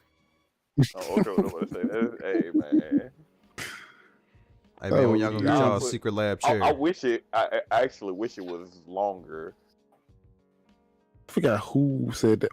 That was the one of the few mangas Light said he had actually read. That which one? Shit, you know that was a struggle. Shit. Dirty. What? Yeah, everybody know that man can't read. That's dirty. That's real dirty. That was a real ass struggle, bro. If he read it, you finna have to see him. DIRTY, bro. If he read it, you know it must be good because he was struggling the whole way. You finna have to see that man at the next anime convention. He ain't finna stand for this. Man. Christopher Reeves won't fit for this. Bruh, all I gotta do is hide in a library, bro. I'm good. All right, man. You ain't heard, man. He a 220 Savage now. Wait, what? 220 Savage. You remember Don't he tell was me talking about how joined you the drop game, weight? bro. No. Oh, okay. Oh man. 220 is his weight. I don't think he got the the facilities to be throwing up gang signs, you know what I mean? 220 pounds? That's tragic. Hey man, he proud of it, I guess. That was I think this was the last time I played Mugen. And that was with Hollywood. Man, his old late ass. It's man. I don't know if you're even able to see that video in the Discord. No, we can't see the not. video in the Discord because we don't post videos in the Discord. Let me see. Oh, I can download it. Somebody said unprivate their YouTube channel. Did I private it? I don't know, man. No. You private links. You privated the most important video. You private Which one links. was that? You know which video it is. I don't, man. It's straight up man. lies. You know the one I put my nuts on both sides of his head. I don't know about that one. On YouTube? No. We sitting there. No, we was having an argument, and he was. That was hilarious. We having an argument, and I was sitting there like, bro, they got their nuts on both sides of your head. And he was like, what? And I'm like, yeah, that's how your boss fuck you. He put his nuts on both sides of your head. Oh, UPS. Oh man, because he was a slave at UPS, bro. He's still a slave at UPS. He is. He done signed his life away. Yep. What? Beep boop bop boop, bro. Now watch, it's gonna hit me. But I think some of y'all know about the one that I'm gonna mention, but mine was Ken Shamrock. I was younger. Really? I used to be a big Ken Shamrock dead? Ken Shamrock is still alive. Oh, What is when, wrong when I with seen him get beat up, he was getting beat up in the wrestling ring. Before you knew. What he talking about now. I remember what he talking about now. Never Before mind. you knew a work happened, okay. Yeah, this man, hey, bro, he worked himself into a shoot, brother. And they was This beating man him with was like ready to fight kendo everybody. sticks and stuff. I'm like, bro, that's not fair. Why you keep hitting him with the stick? Get up, Ken. Yo, get up. Ken Shamrock has snapped. I repeat, Ken Shamrock has snapped. That man was treating Ken Shamrock like he was Craig. Get up, Ken. Get up. That shit, I was in tears, bro. I was like, bro, I ain't want to watch no more TV for the rest of that day. I was just like, they ain't beat him up. He probably ain't never gonna get to wrestle again. I know. Hating so much to make you start hating Paul. Oh, man. You know something? Hey, that actually reminded me of which one mine was. It was Eddie Guerrero. That was hard. His was pretty sad. I actually felt some type of way, bro, when I found that out, bro. I dead ass. I didn't watch for like another 2 years after that. That was heartbreaking. Pretty sad. They say this also kind of might have been what triggered Chris Benoit. I mean, that in CTE, bro. CTE real. Yeah, man. CTE real as fuck, bro. And when your finisher is the diving headbutt. Yeah. And don't forget, back then, unprotected chair shots were the norm. Yep. Not to mention, pretty much everybody who uses that move, the diving headbutt, ends up doing something bad happens. They have brain issues after. Let's not forget, that's the whole reason Mick Foley is donating his brain when he passed because his that stuff don't look like mashed potatoes, bro. No, dead ass. I don't know if y'all ever. I don't know if y'all ever seen the behind the scenes thing about that match with him and The Rock, right? When The Rock hit him with 13 chair shots. I did. Do you know that this man's skull was actually it was actually bulging out? And he was his daughter seen him, and he was trying to explain to her because of course his family's back there just destroyed, and he's like, Bruh. "Oh, daddy's got a boo boo," and his daughter touched his head. She was like, "That's a really big boo boo, daddy." The Rock was laying into his shit, bro. He actually split that man's skull in 3 different spots. Well, The Rock did say, "Know your role and shut your mouth." Yeah, He wrestling. also was going through some things at that time. Yeah, wrestling was pretty brutal back then. Hey man, And then in the ECW, man, let's not even talk about ECW. Bro, best chair shot is still the one that JBL caught from Stevie Richards. Yeah, that was amazing. And well deserved, bro. It was after he beat up the Blue Meanie just because. he waylaid that man shit, bro. Like New Jack from the ECW. That man didn't even wrestle. This man just went in there. Bro, that man New Jack has dodged so many charges. Bro, didn't he stab somebody on live TV? No, it wasn't on live TV.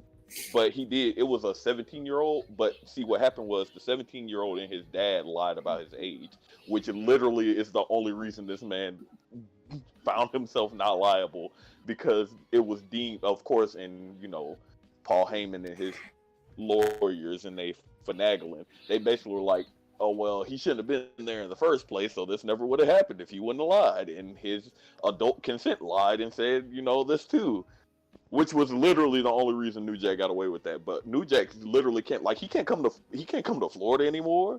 This shit got like, oh, what's that, Gypsy Joe? I don't know if you know the story of Gypsy Joe.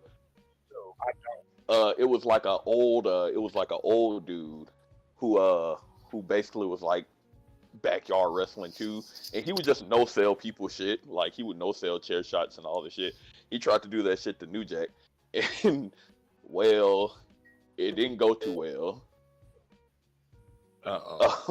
He literally just like bashed that man with like everything at ringside, and he like smacked him with a chair like I think like 7 times. He literally just beat this old ass dude down. Wow. He just like beat him. And then it was another dude in another match. He just stabbed like the dude. The mass train incident or mass? No, that was the one with the 17-year-old, the mass transit incident. Yeah, man. But no, it was a 17-year-old. No, like he stabbed that man multiple times, bro. This is on. You can actually go and watch this, bro. I didn't believe it. I was like, bro, he didn't. I mean, that's not the only time he's did that in a match. That's what I'm saying. Also he's the one who threw that dude off the scaffolding and like paralyzed him for like I forgot how long it was. Wow. Like I don't know if y'all have ever seen, it's like a clip where you just see a dude falling from like basically the ceiling of he just misses every table and just bounces off the ropes, and it looks like somebody just dropped a fucking toy. Wow. That was New Jack, the one who threw him from up there. That dude is crazy. What else? It's several other things he's done. I ain't gonna lie, like New Jack's essentially like Omar from The Wire. like nobody's willing to mess with him. That video I posted in Discord was the last version of Mugen that I made, and until I stopped fooling with it, and that was me and Hollywood playing against two computers on the hardest difficulty. That used to be so fun. Oh, that used to be the funnest thing about it. Until you ran across broken characters, bro. Hey, I didn't realize Goku was just that broken, dude. Was it? I think it was Goku that was super broken. Paper Luigi, man. That's start dying. Or Rare Akuma. Oh my god, dude. Rare Akuma was funny, man. Yeah, he was hilarious. Yeah. Dude, no, my favorite one was when he would do the little Shigoku, and then they'll start playing the music in the back. Baby, don't hurt me. Don't hurt me no more.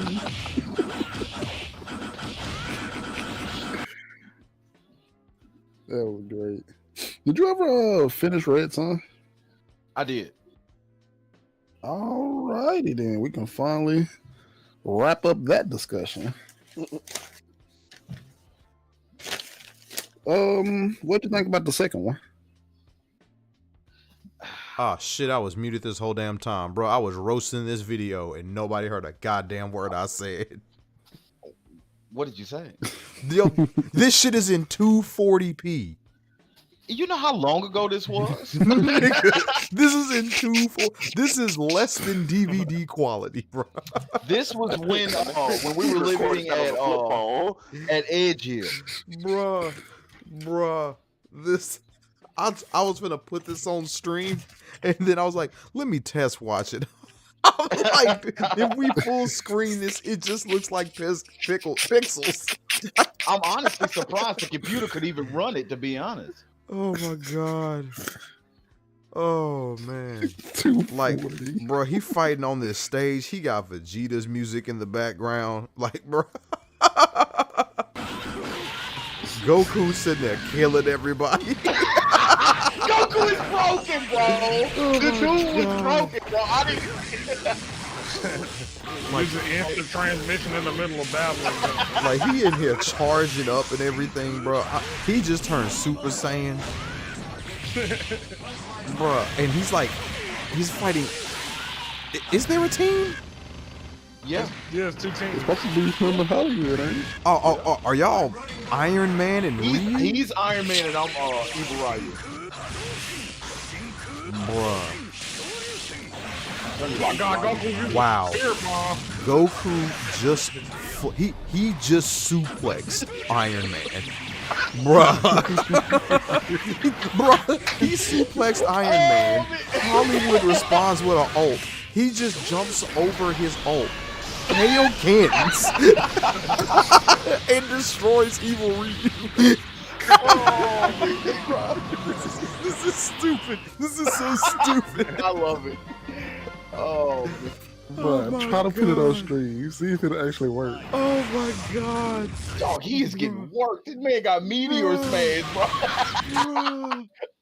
Hold on. Of course, Hollywood dies first. Yep, that's to be expected. Yeah, let me bring this up in like. This is awful, dude. This is so awful. We starting at the beginning. This was I posted it in 2010, but I don't know how old the video is itself.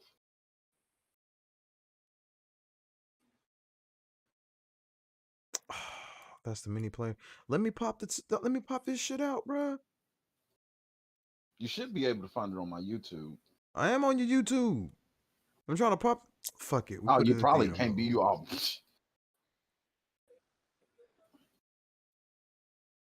Wow, they're uploaded in seconds. All right. Here we go, y'all.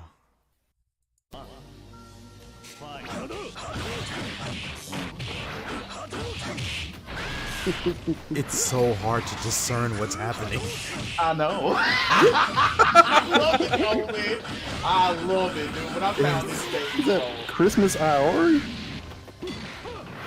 I forgot the author of the Goku and the Iori. But the Iori is special. He's not just a regular Iori. Yeah.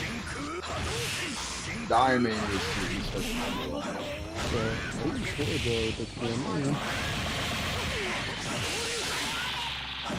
Caught him. I'm running low on Look, get beat up while I'm charging in the back. Oh, man, about to get sick while we go through. Oh, They beat up for like 10 seconds straight. Bruh. Oh, man. This man run up and come up there, y'all, one more time.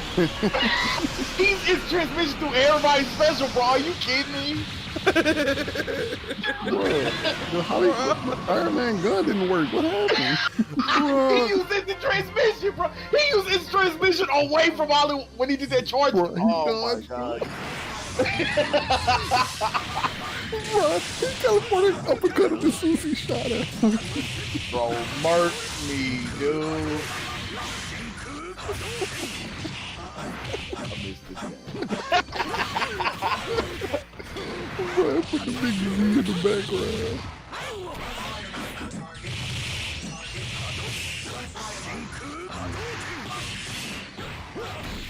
This man tried to sit back and just shoot Holy these, bro. shit, bro.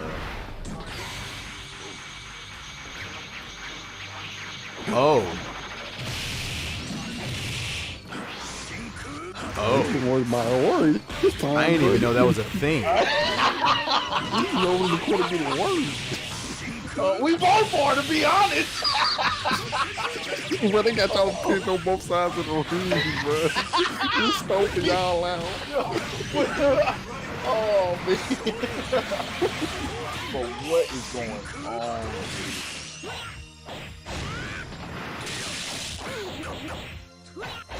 Y'all killed fighting back a little bit. Oh, man, he keep trying that shoulder. It ain't working. Bro, he uppercutted him as soon as he pulled out the photo cannon. I know, dude. I'm saying, bro.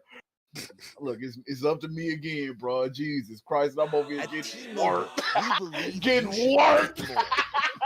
This man did a cartwheel to kill me, bro. Are you kidding me, dude? When that man did a spirit bomb, I was just like, oh, okay.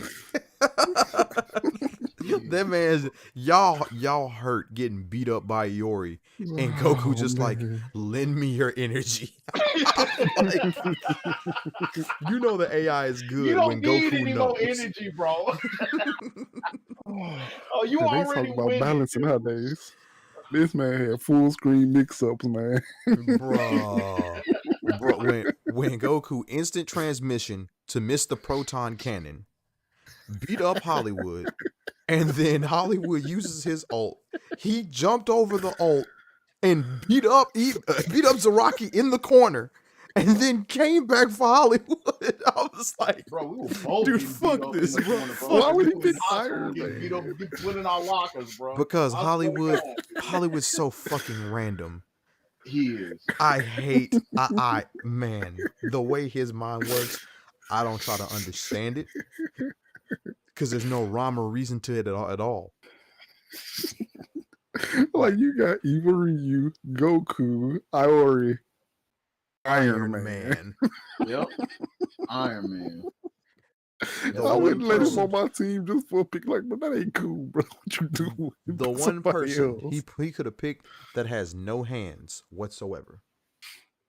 Like, you got martial arts masters, you got black belts, you got people that invented their own fighting style. This man bring guns. You got a dude that can teleport and steal energy from living beings. He's good though. He's still good, dude. He's good at fighting games, bro. Man, no, he not. He is. No, he not. I'm better than he is. I beat his ass. Dog, you beat Eric. That's not an accomplishment. Hold on. The way you beat Eric was an accomplishment. Wait, you talking about when he kept doing that low medium kick? Yes. Oh man. Man, you gonna do low kick until you can beat it? Yeah. You could do anything, bro. Show me. I need to use another move. Bruh, it's But funny. I had to anyway. get back into that habit. But anyway, Red Sun Volume 2. Yep, good old Batman and what was it, Hal Jordan background that was just off the Holy wall, shit. ridiculous. Like fucking Batman. Then see, one thing that I absolutely love that Red Sun did for Batman was and of course everyone knows this is going to be chock full of spoilers for Red Sun. So if you haven't read or watched Red Sun, since it is a movie now, I highly suggest you do either of those and turn off the podcast now. Now, with that being said, who thought Batman was going to save the day when he showed up? I did. I did. I thought it was gonna end the revolution. I mean, I thought it was gonna start the revolution, dude. Nope. Now how did you feel when Batman got his shit? Well, okay. Motherfucking worked. Disappointed. Bro, what I would say, what? wait. Disappointed? I didn't think he would win, but it was like, what was winning? Beating Superman? Yes. Yes. No, Stopping I a didn't bleach think loss. he was gonna win. No, stopping the whole regime. That's the whole thing. That was Batman's number one thing. It's to stop the regime. In which, in other literary works, Batman stopping the regime is a lot more intricate and involved.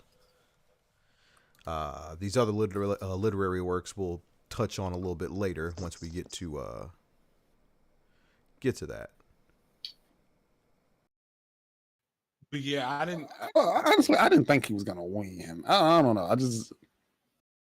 I didn't think he was gonna win. I'm mad at the way he went out because, like, in Bleach, in the manga, in the last arc, there's this one guy named Shinji, and he's fighting this opponent. He uses his Bankai, which is like his strongest move. He tells the opponent how it works, and then the opponent counters that and takes him out in one shot. And I feel like that's what happened here. He explained how he was putting Superman on an equal level, and then Superman and Wonder Woman used that against him. And I felt like that was very stupid. I don't No. disagree. Oh well. Nah, that was necessary. The reason I say that was necessary is because that moment wasn't about Batman. That moment was about Wonder Woman. I completely agree. Like they had to In what way? showcase her absolute devotion. Absolutely. Wait, which story are we talking about? Red Red Sun 2. Oh, okay. Red Okay. Sun. Okay. Like they had to show her absolute devotion and the consequences of that blind faith. Yep. Because She had more a so, choice. yeah, more so than anything about Red Sun, other than an entertaining story in Elseworld, but each book not only has a theme, but has a particular character that goes through a transformation. Like the first book, Superman goes through the transformation. The second book, Wonder Woman goes through the transformation. Cause fuck all, man. After she breaks the goddamn lasso Yeah. and like destroys that equipment, she is never the same again. Yeah. Yep. And Batman, the thing about it though, Batman tried to convince her not to do it. He was trying to tell her, like, that's why I didn't mind it as much. First of all, I didn't mind the fact that Batman had died because I don't feel like he was a big part of the story. I feel like he was part of the story, but I don't feel like he was the biggest part of the story. And secondly, I liked it because it was first of all, I don't mind the fact that he went out, he exploded. Like I don't know. I don't expect Batman to go out any other way. No, I like, respect the suicide. you know, I just don't respect the giving up his secret to the plan and then them using it against him. I completely agree with that. Like, I feel like that's Well, kind of a trope that happens because I feel For like a that's happened in smart a lot. character. Well, let's also it just doesn't make sense. let's also look at it like this. Before this point, what reason did he have to think that Wonder Woman could actually break a magic lasso? I mean, I guess not. He didn't really have any reason, but like Batman doesn't seem like the type of person to get that cocky. Like he's not Light Yagami. He's not gonna expose himself once he thinks he's won. He seems the Batman, the actual Batman doesn't do that. This is not actual Batman. This is Elseworld Batman. He's more he's closer to Owlman than anyone else. That is true. Like that's fair. Yeah, but I just don't like that trope. I don't like that trope. I can understand not liking that trope. This is one of the few times I feel that trope would be appropriate, considering everything Batman has had to go through to get to this point. And like he wanted to make Superman suffer. Because if this was like mainline New 52 Batman, or I won't even say New 52. If this was mainline Batman, he would have either imprisoned or he wouldn't kill or found some way to completely neutralize them in that instant. Wasn't none of this, nah, I'm gonna make you suffer. Nah, I got you in this. Now I'm not taking any chances of you getting out. Yeah. And you'll see that in Injustice when we eventually get to that. Because the measures Batman takes against some people he fights are so intricate and there are so many redundancies that without Batman himself, there's no way to get them out without them being either killed or without them compromising a significant portion of their own power. Also, that trope where they kind of explain the situation, I kind of feel like sometimes the only reason why they do that is to try and explain it to the people that's actually reading the material. and not actually for the villain of the But story. I mean, you could do that with thought bubbles or narration. You can. I'm not gonna deny that at all. But that's just the Okay. way I feel about the. Yeah. The Honestly. way I felt about the whole situation was more so leading towards the end, and where they're showing the contradiction of Superman's ways. There's a line where Wonder Woman Batman is treating Superman like an animal. That's been an ongoing thing where Batman said earlier that chapter that Superman's treating them like animals by trying to make sure they're doing everything right, and then he'll just warp their brains. And that's something I caught on the second time. I'm like, oh wait, what? They're like, yeah, you got to lower your voice because they really just rewrite your brain. So that was more so. So the whole little thing, it was trying to show how Batman was treating Superman and how it was immorally, from Wonder Woman's perspective, wrong. And ironically, this is the same thing that Superman has been doing. And I feel like they did that a lot in this, in the last two chapters especially. And they kept trying to show that point. And Superman, real quick though, I seen that part in the animated, and it's funny, they leave out so much dialogue it takes away from what happened. It's weird. That's why sometimes source material is definitely necessary. Like they took out the whole part where Superman's damn near begging Wonder Woman to rip that thing off. Like they just left that completely out. I was like, it's very important. It's very yeah. important because without that, you don't see that Wonder Woman had a choice to do this.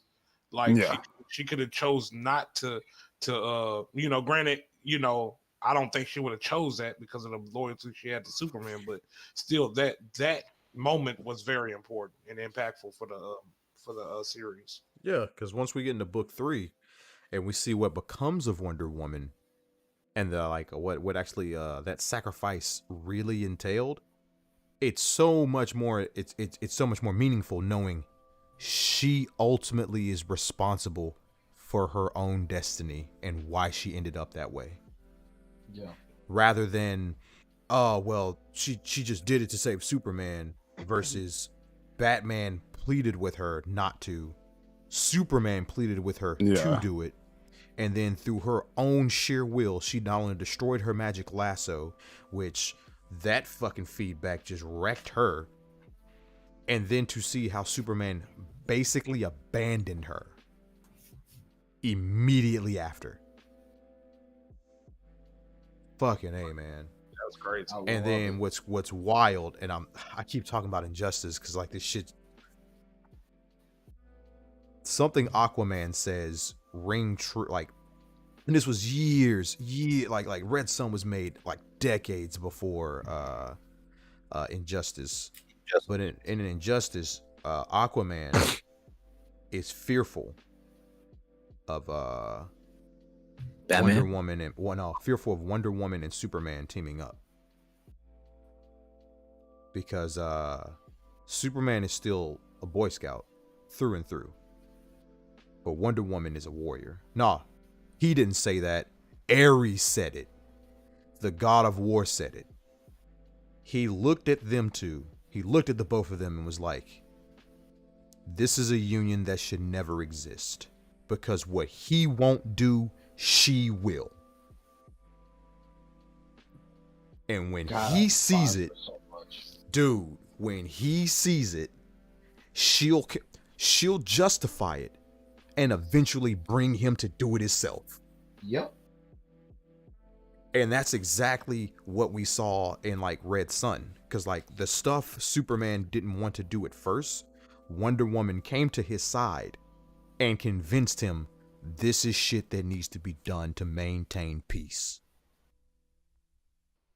And so he became far more ruthless because she has like that warrior's instinct. Like while she has compassion, it's more of a lawful compassion, more justice natured. So she's more willing to deal out punishment, and she's more willing to execute. Whereas remember when Superman was introduced, even in this, he didn't want to kill anybody. He just wanted to help people. But as we got further along, that side of him diminished because, well, he started fighting alongside Wonder Woman, and she got no problem executing folks. Not a single bit. And of course, birds of a feather fly together, and you are influenced by the people that you're around more so than you actually think. And so him seeing her do it, eventually, she just talked him into, somebody need to die. Like, shit, this ties into the Justice Lords. I don't know if y'all remember that from Justice League Unlimited, but the Justice Lord. Yeah, I definitely remember. Bruh, Superman would lobotomize people. Dude. Yeah, She that was is crazy. always okay. No, I'm not going. I swear to God, I Bro, despise that character. We know. We know. Wait, why? I already knew what he was finna go in. And Why do you care?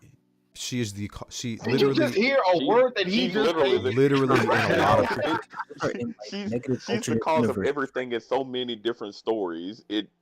It's almost hilarious. Justice Lords, power. It just keeps going and going and going, dude. All right, She all right, you she gotta is pick- the catalyst of a lot of controversy. Is it ever in the main line, or is it only in like alternate universes? A lot of it is in alternate universes. Mainline Wonder Woman, to be completely honest, she boring. She is. Yeah. They Like- just kind of made her like a plot piece for like She's Superman and basically the Batman, female like, look, Superman, but not Yeah. really Superman. Yeah. You gotta Like, pick so- one of them. You gotta pick one of them to be on your team. Which one do you pick, Tsunade or Wonder Woman? Well, I mean, what are y'all Wonder trying to get Woman across? can Tsunade? fight better. Like, what are we fighting against? I mean, probably Tsunade, because Wonder Woman ain't gonna convince me. I mean, Tsunade ain't gonna convince me to kill somebody. Well, it's not even that. I was thinking like who I have the better chance, getting some from in the middle of the Who got war. the better? Oh, I thought we was going by who actually finna help me in the fight. I'm finna go with No, Wonder if Woman. I'm in a Just like who wants to situation, have What are we company. fighting against? am I in a situation where I have to have one of them on my team? We already fucked. Yeah. I mean, well, that's not much of a. I mean, unless you're just saying somebody's stronger. Okay, yeah, Wonder Woman's stronger. That's not much of a question. She ain't got no I chakra, don't- though. No, what I'm saying is she's a better fighter. Like if we Oh, I talk know, about, like, but I mean, that's she not really ain't got fair. chakra, bruh. Like, there's bruh. a lot of people don't have chakra. Like, what Yeah, are but we fighting in the Naruto universe? Tsunade can revive a whole team. Like Superman. I'm goes saying, in like, there. if it's something she can heal. Do we and have stuff, to? Are we fighting in the Naruto universe, or like what are we fighting? Yeah, that's what I'm saying. What? Maybe that wasn't the best question. Let's move on. Plan brought up the question, then don't want to elaborate. Yeah, I mean, I would choose Tsunade because she's got better boobs. I just think I have a better See? conversation with But her. now hold up. Well, never mind. I was finna say she top heavy, but I forgot you like flatbacks. Flatbacks and top heavy. I like it. Oh man, looking like a dreidel. Oh man, okay. So I did have one issue with it, but I didn't like the fact that Batman Bro. off-screened Wonder Woman, and then Wonder Woman was like, he's so fast, and I'm like, I would have liked to seen that, because how the hell was you fast enough to tie her down? The element of Element of surprise surprise? is a hell of a thing.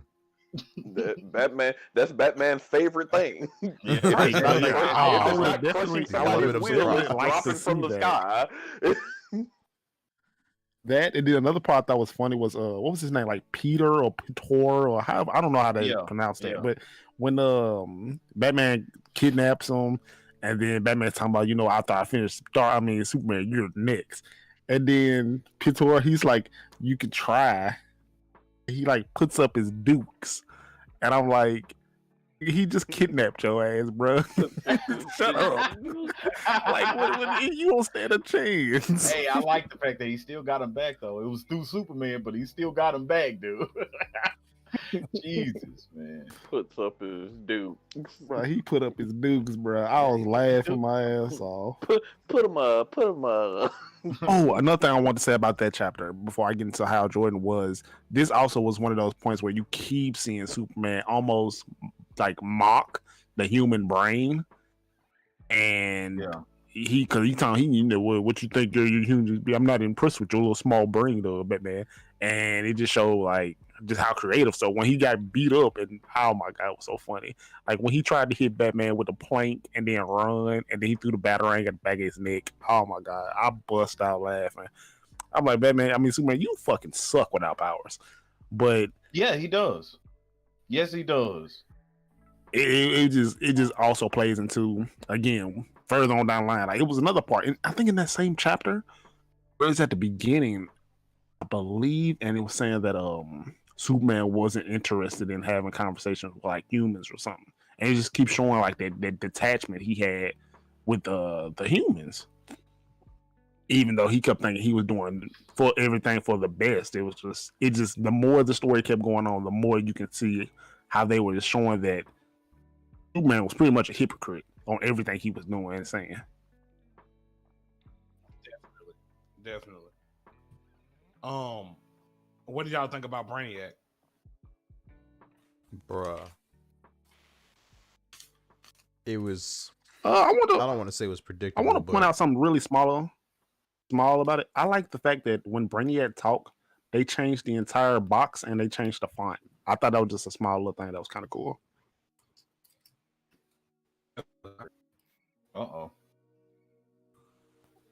What, did y'all not hear me? I said definitely. I agree. I thought Brainiac was all right. I like the fact that he kind of, even after Superman, I guess, reprogrammed him, like he was still himself. It's still, I don't know. I liked him. I feel like he kind of served a purpose. I feel like he was kind of playing the Donzo of the series. I like the Donzo of the series. He was trying to have his own narrative. He was trying to accomplish his own plans in the background, pretty much. So I did like that. But even though Lex Luthor had the last laugh, like he always had the last laugh. Like even when Brainiac, captured him, he had the last laugh because he what did he do inside Brainiac? He did something. He ended up rebooting him or something. He had to self-destruct, or I think he made him self-destruct personally, because it just seems. Because how could he have known? No, a self-destruct mechanism. Yeah. You think it was like that? Yeah, You I better think hurry, he played Superman. it. Yeah, because like I said, he gave the time. Like, how would you know the exact time it's finna self-destruct? Right. But kind of towards the end, I think I was talking to Star about this off stream, but it was just like I thought it was kind of trippy, because like when they was showing like Lex Luthor's his bloodline, like generations and generations down the line, they had changed his last name from Luthor to just L, and they started naming off like his descendants, and the last one that we hear is Kal-El. No, I'm sorry, it's not Kal-El, it's Jor-El. Yeah. And that's Superman's father, correct? Yes. That's the name of his father. And I just thought that was trippy how Lex Luthor's, his blood, his descendants ends up becoming like the next Superman of the next generation. Like they send him back. I think they send him back in time to where the sun was yellow. I just thought that was super interesting. So they're actually like that particular instance was showing that the Superman that of Red Sun is that Superman they're sending back in the past. Like it's a perfect loop. Yeah, I thought that was super. Okay, I thought you were like saying trippy. It was like gonna be a different Superman. I was like, nah, it's gonna be the same one. And so it's like Superman is Lex's like descended from the future. That's crazy. Yeah, I mean, I had an issue with. Well, that was more or less the third book that I'm talking about, when the Green Lantern, the Green Corps. The Green Lantern Corps. I feel like they were just cannon fodder, dude. It was. I mean, the story was ridiculous, but it's like when they Strongest actually got weapon out in the there, it was galaxy. pointless.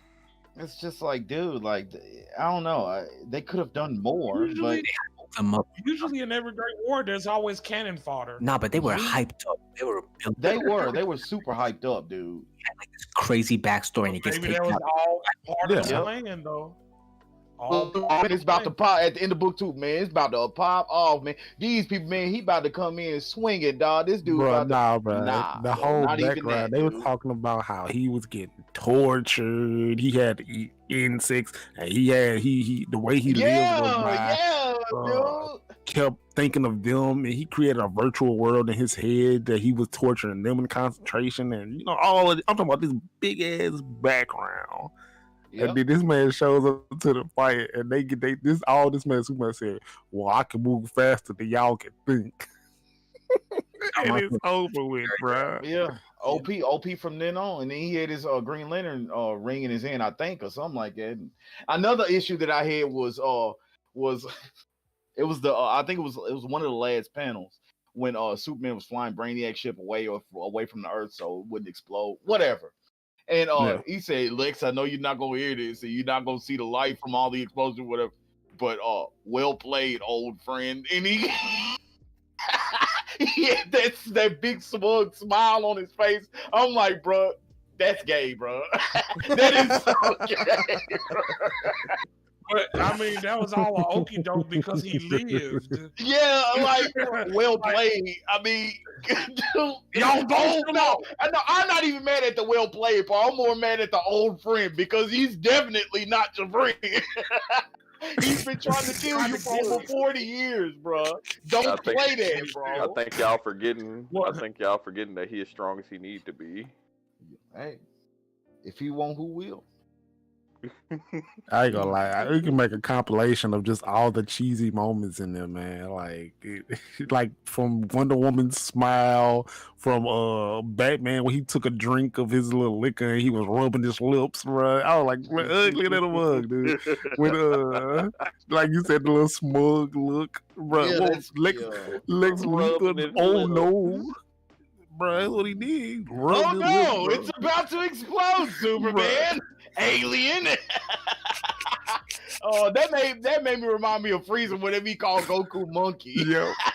Come on, alien. I'm like, dude. When Frieza pointed at Broly's daddy, he's like, "Oh no, Broly! Hey, they wilding over here. They done killed your daddy." Oh man, I don't know, Bruh, man. Like, the fact that Brainiac had to snatch that nigga up before he made Superman go super suicide. He said 14 minutes, bro. You bro, ain't ready hey, to he gonna talk make to you him. kill yourself in 14 minutes. And bro. this Don't mess is with funny me. because he kept underestimating human brain. It's not even in the world. Like, all right. A level 9 intellect, bro. I don't Oh want my you even God. talking to a level 9 intellect. He'll make you kill yourself within minutes. It is more dangerous than a death trap. Like, okay, what could be more dangerous than a death trap, bro? Jesus, No, what's even dude. funny was the fact that this man, because Brainiac was the one manipulating him the whole time, and then when Superman started talking about, he's man, shut up, I'm a number 12 for intellect. I was playing you the whole time. Oh, man. Don't come over your like Superman just looks so stupid, bro. Oh man. It's hilarious because he was boasting himself up, talking about, "Oh, I just learned your language in 5 minutes ago." And now people making this man look stupid to the mug. Man, bruh. No, I think one of my favorite things was when Brainiac had put the little dude put the CD, I can't think of the CD name, but in a bottle, and Superman talking about how Stalingrad. could you? Yeah, he said, "How could you do this? What kind of monster would trap an entire civilization inside of a jar? That's the most grotesque thing I've ever seen." And that's what made it even funnier when Lex Luthor sent that note.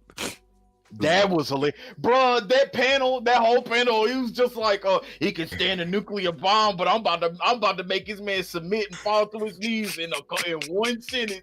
That man, if you look at the actual art, it looked like this man was just making a battle rap or something, bro, about to end this man's whole career, bro. I swear for Jesus, bro. And then when he read, won't you just put the whole world in the bottle? this man fell to his knees, started crying, bro. And then Lois was just like, what did I do? Did I hurt your feelings? Did I kill you? What? I'm like, dog, bro. What in the world was in that letter? It's funny. It's funny. Lex Luthor and Superman remind me of two feuding neighbors, bro. Like they're doing petty things to each other, you know. Like Dinkelberg from Fairly High Parents. I remember Dinkelberg. Jesus, man.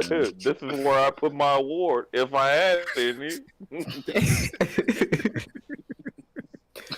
Dude, I don't know, man. I honestly though, I think I said an 8 before, but I'll move it back. I think I'll move it back one more for a 7, bro. Because a lot of stuff we just explained is kind of garbage. In other words, your hate for I Wonder ain't gonna Woman. lie. You know something? I actually like it. I feel like it's hokey, but like in all the right ways. I could feel that. Yeah, I definitely, I like I said, I'll still give it a 10 because it's just so many quotes and everything that just adds up at the end. I just feel like everything was executed. It's perfectly. a well constructed story, but to me, a lot of the things that's within the story is really cheesy, kind of a cop out, and I definitely agree. Like, what did y'all catch the part where Barry Allen was a detective? Like, I didn't that was catch just that. so unnecessary. Like, Barry Allen's a detective. Then they just skip right past. I was like, okay. Maybe he didn't get struck by lightning. Maybe not. But it didn't add nothing to the story at all. In fact, I'll say another, like Lois Lane, like they could have cut a lot of that shit out too. They didn't really add anything. You could have just. They really didn't. But you know, they always have to have that love interest, and it could have been a lot shorter than that. Yeah. And every night I feel like the love interest should have been it should have been between him and the girl he grew up with. Lana. Was it Lana? Yeah, Lana. But okay, think about this though. If they didn't do the whole thing with Lois Lane, that would have been more surprising to see her come out of nowhere as Lex's wife in the end to point that out. That would have been more surprising than like, wow, like a shock factor than since series 1, she was already just pretty much, I ain't gonna say nagging, but nagging. I don't know about that because like throughout all 3 books, she would have was it okay. Oh, throughout all 3 books, I ain't gonna say throughout most of the books. I would say 2.5. When do you think about okay, let me formulate my idea. Okay, throughout 2 books and maybe half of the 3rd one, you would be like, what does Lois have to do with any of this? Like, why is she even in the oh, she's Lex Luthor's wife or whatever. She's husband and wife, whatever. Like that wouldn't have felt good to me, you know? Like I like how they just knocked it out of the park at the very beginning. Oh, okay, she's dating Lex Luthor. That kind of gets me interested into this entire storyline because usually it's Superman and Lois, you know? Yeah. So I don't know. I don't know if it would have worked for me if they would have just surprised me at the end of the 3rd book. No, okay, I can understand that too. And there's one more part I was gonna say because I did forget because she was the one who had to go talk to Wonder Woman. Yeah. Hey, they could at least minimize. No, I don't either. No. I mean, you know, we really well, don't care. that's kind of the point. We're trying to get take her out of the story a little bit more. Kind of like no, Wonder Woman's Wonder Woman's more. No, but what I mean, I'm not even just talking about in this story specifically. I mean, in general, as a character, like I don't care about her. Oh, you really gonna love Injustice then? Oh no. Oh, trust me. Come on, bro. Don't say no. Well, I don't know if they already. I don't know if they know. But she died. Well, she must be dead or something. Who can? Wait, but honestly, who could like a character? Oh yeah, she did. Well, okay, I do know that part. I played the game, so I do know about the Lois Lane. What were you You saying, want to Doug? know what's funny is the game and the books are actually kind of different. It didn't have anything to do with Joker. In the books? No, like Lewis Lane, major, yeah. like major plot He points. said is still Lewis the same. Lane. That's the older brother. I was Superman gang. Major plot He points just are run still around the with some same, but draws on. it's like Got that pink kryptonite. But I think it's a real thing too. I think it turns him gay. What? That's I wouldn't be surprised. Let me see. That's weird. But I was just trying to say, who could like a character that always needs to get saved? Well, nah, that's the True. thing. Now there are different versions of I her mean, there are who Sakura fans out there. Unfortunately. Oh, damn. Yeah, but like, But the most, okay, the but I most like prominent known version of Kagome. Lois. But Kagome, but doesn't she have like things? Kagome is useful. Yeah, Can't she you can. Yes. She But- searches but for he- the well, stones. I said Sakura. I'm just saying, like the most prevalent version of Lois Lane, the one that everybody usually knows about, is the one that needs to get saved by Yeah, Superman. And she's all- more like she's like she tries to be like a detective, but what annoys me about Lois Lane is she puts herself in danger knowing she's going to be in danger. Hey, yeah, there you go. That is because she Hey, always check that trying out. to do too much. She is always trying to do too much. She remind me of what's the name from Spider-Man? looking gay as hell. But hey, he handsome little motherfucker.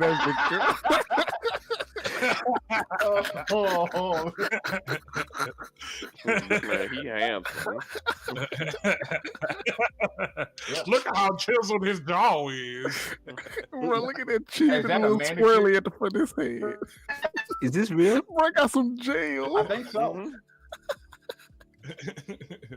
Bro, I got a Vegeta edge up in the back. Yeah.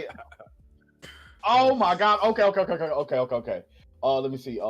This type of Hey man, kryptonite everybody only keep made talking about one that appearance Marvel in bump that comics. man. When the Power Girl movie dropping, bro? That's I'll go watch that.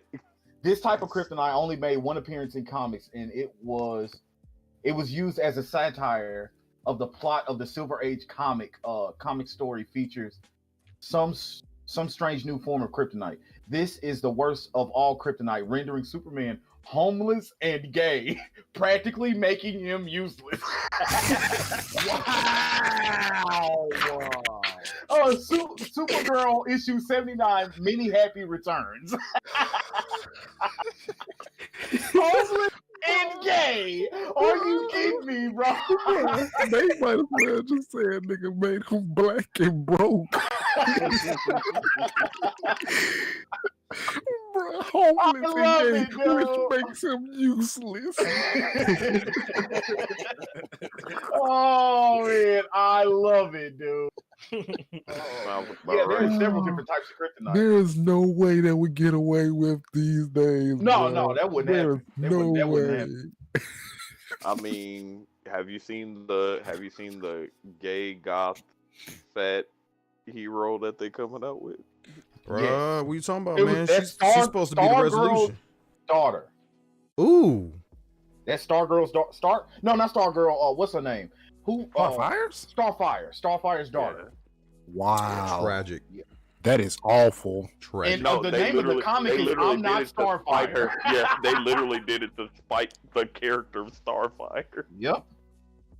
Fat. What happened? She's Wow. So Starfire's they- daughter is done. Why is it despite the original?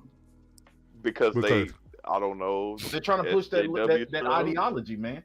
Because Force it down our Ew! throats. What is this?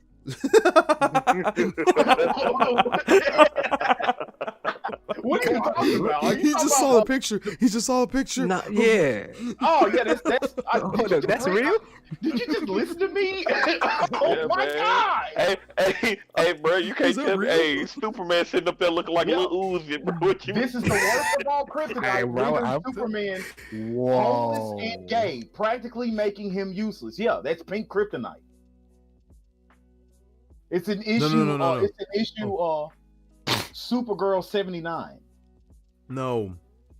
He saw Starfire daughter, bro. That's why Yeah. he was like, what the Oh, hell? okay. Oh Yeah. yeah. Oh yeah, that's unfortunate. Yeah, no, That's I thought somebody was joking at first, and then found out like they really made it. I Bruh. was like, all right. Yeah, that isn't that. Is it Dick Grayson? Is Well, that it his, looks like- daughter? Send it to the Discord. Why? Oh my yeah, god. she looked like Unfortunately, a- I think it is. Brady, I bro. think it is Dick's. Yeah. Hey, bro, why they have to play my boy Dick like that, man? Come Exactly. On, bro. Like, He's probably not in the home. I'm guessing she's probably fatherless. I wouldn't be surprised. hey, man, Oh, you know something man. better for him. It's It don't good matter. he's not It around for this. don't, bro. It's all getting canceled anyway, bro. It don't matter, dude. This is Comic books why are gonna be people dead in say a hole they in gotta- 15 How years. many issues they gonna? You think people gonna buy just to try and hype it up? Yeah, that's why they gotta take original characters and then This is what always make happens. them switch Hey, stuff. bro, you understand? I don't even care about this one. When they finna drop that Static Shock movie, bro? When they drop the Static Shock movie? But there is, I don't know, dude. I have no idea. But there is something to kind of look forward to. I'm kind of scared to What? click on look at this picture. Is it Future State? DC Future State? I think. I ain't gonna lie. Every time I hear the word future, I just start thinking about Cyberpunk and I get excited. I was thinking about the 7 artist. days. Like, Bro, I'm telling you, yeah. I'm going off the grid, Yeah, I bro. know. Ain't nobody finna be able to find me, This is bro. I got. See, I We don't- can I got barely this find you PTO now. saved up. Hey, watch that. oh my god, yeah, gosh, You knew, huh? That's the car parked outside the mansion last week, huh? this is DC Future State.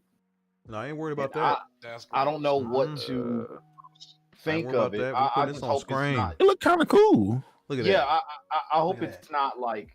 Look at the black flag. I'm the not black female Starfire. flag.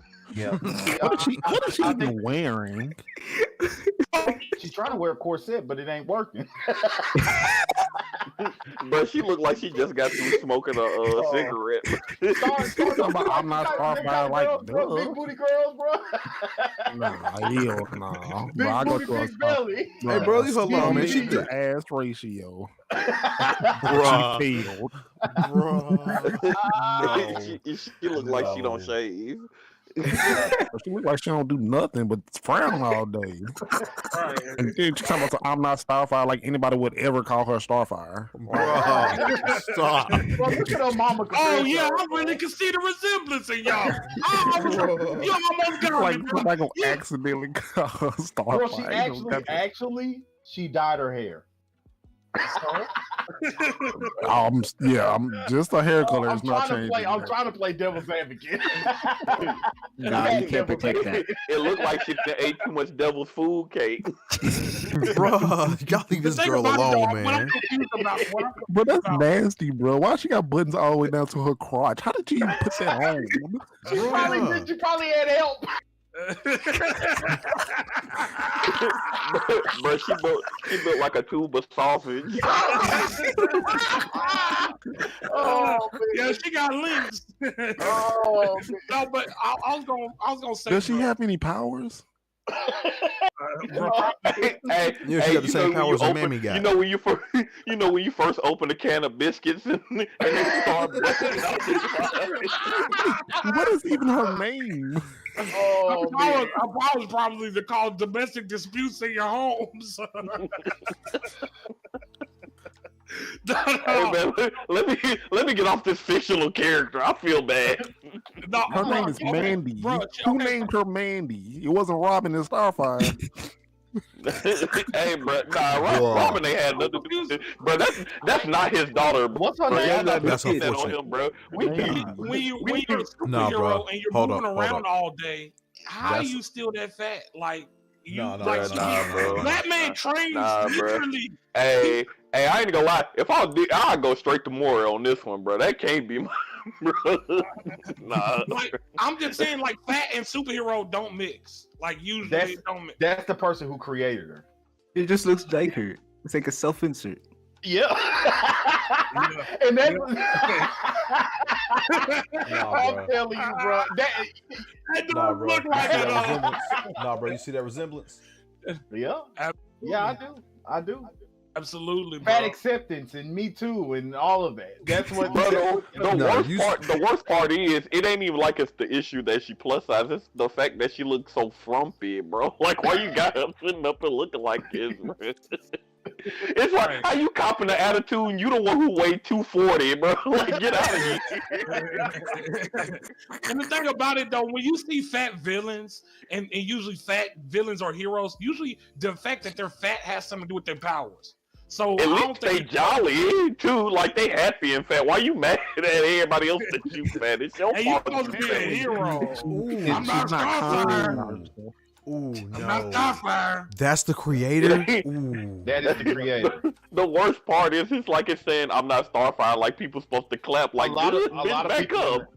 A lot of people in the comic book community are really upset with how DC is running, of course, because all the SJW bullcrap and all that stuff, all that ideology they're trying to force. Hey, bro. And they comic book fans usually really hate when the author tries to insert themselves. DMC. Yeah, ain't that what Mary Sue came from in the first place? That's why we're looking forward to The Last of Us 2? There's two things that's going on in DC right now. Well, three things. One is the whole forcing of the ideology, whatever. But the second thing is DC's Death Metal, which is a sequel to Metal. Oh my God, Metal is absolutely insane. Metal is absolutely insane. But there's a sequel to Metal. And also there's this DC Future State, which is gonna basically thrust the entire DC universe into the future. And we're hoping that it's gonna be something good, and not anything that they've been producing. Zerkai. Just let me have a little something. Zerkai, what was that thing that we were talking about that you were telling me a while ago that mixes DC and Marvel together? Cannot remember what that is. I don't even know. I know it has something to do with the source wall or something like that. And it was like actually breaking through the source wall. Yeah, the source wall had broke, and I can't remember what happened. I don't even know if they even the source wall. They wild. Because Yuga Khan was trapped in the source wall for a little bit, and I know he escaped it and came back, but then the source wall broke again. I thought that they were going to bring back Yuga Khan. And then Thor seen the Justice League. Thor had seen the Justice League destroy or fight somebody, but I can't remember what the name of that was. I cannot remember what the name of that was. But that had a chance to be a really good storyline. You want to know what the saving grace of DC Comics is going to be? What? AT&T. What you mean? Please, God, explain to me how. AT&T owns DC Comics. AT&T only cares about profits. Okay. So if AT&T only care about profits, they only want stories that's gonna make money. If your story don't make money, they just fire you. If you don't believe me, look at what happened over like during the summer with coronavirus. They fired half the writing staff. Yeah, I remember that. They fired half of all of DC. And most of these were people that pushed an agenda. All they want is shit that make money. That's it. That sounds good. Your saving grace for comic books is fucking corporations that only care about the bottom line. And the thing about it, this is Future State. These covers look ridiculous. I'm not gonna lie. About AT&T Batman. owning DC or whatever was the fact that like it's a phone company, but I know they get into different ventures. They're a multimedia company, bro. Like you only know them as a phone company. They are a multimedia company. Hey, that Kara Zor-El Superwoman comic cover look dope, dude. All of them, like I'm always been a fan of like just these color schemes by themselves, dude. Like, man, it's supposed to be like a neo, I like the Dark Detective, New City, like future New Japan rendition of New Japan. Yeah, basically. Man. I like the Dark Detective. New Japan Pro Wrestling. That Superman looks pretty cool too. That cover of Superman. Yeah. What is New Japan Pro Wrestling? Oh my God, that Flash looked ridiculous too. I want to know what happens in that. I think he was ugly. I mean, I'm not saying he's handsome or ugly. I'm just saying I like. Is that Somebody Wally dead Holden behind him? Berry? Yeah, I think that's Wally Holden Berry. No, That's but there's ridiculous. Flash is dead in the background. Yeah. That looks ridiculous, dude. I want to know what happens in that story. I think that's Wally. Maybe that's Zoom. No, that's not Zoom. I think that's Wally. Nah, bro. Nah. Professor Zoom, which I will always call him Professor Zoom instead of Reverse Flash, because Reverse Flash is one of the dumbest names I've ever heard in my life. It is. Fucking Eobard Thawne. But Bruh. it's not Flash. Notice He's how- Reverse Flash. Notice how nobody said anything about Nightwing. Because fuck I a mean, he's not Nightwing. doing much. I mean, it's not bad, but He's he's just brooding and Man, like fuck a It looks Nightwing. like it doesn't look interesting. It doesn't. Because Nightwing has never been It's the interesting. most. It's the Hey, man, most watch boring out. color scheme out there. But they did do his cover like pretty boring though. It's almost did. black and white. Like everybody else got these nice colors that just blend together. I ain't gonna lie, the Batman got- Batman cover. yeah. Yeah, like hold on Batman now, like got some, bro. the next Batman and Nightwing cover is pretty trash, but that Dark Detective, That's I like like that that one Batman.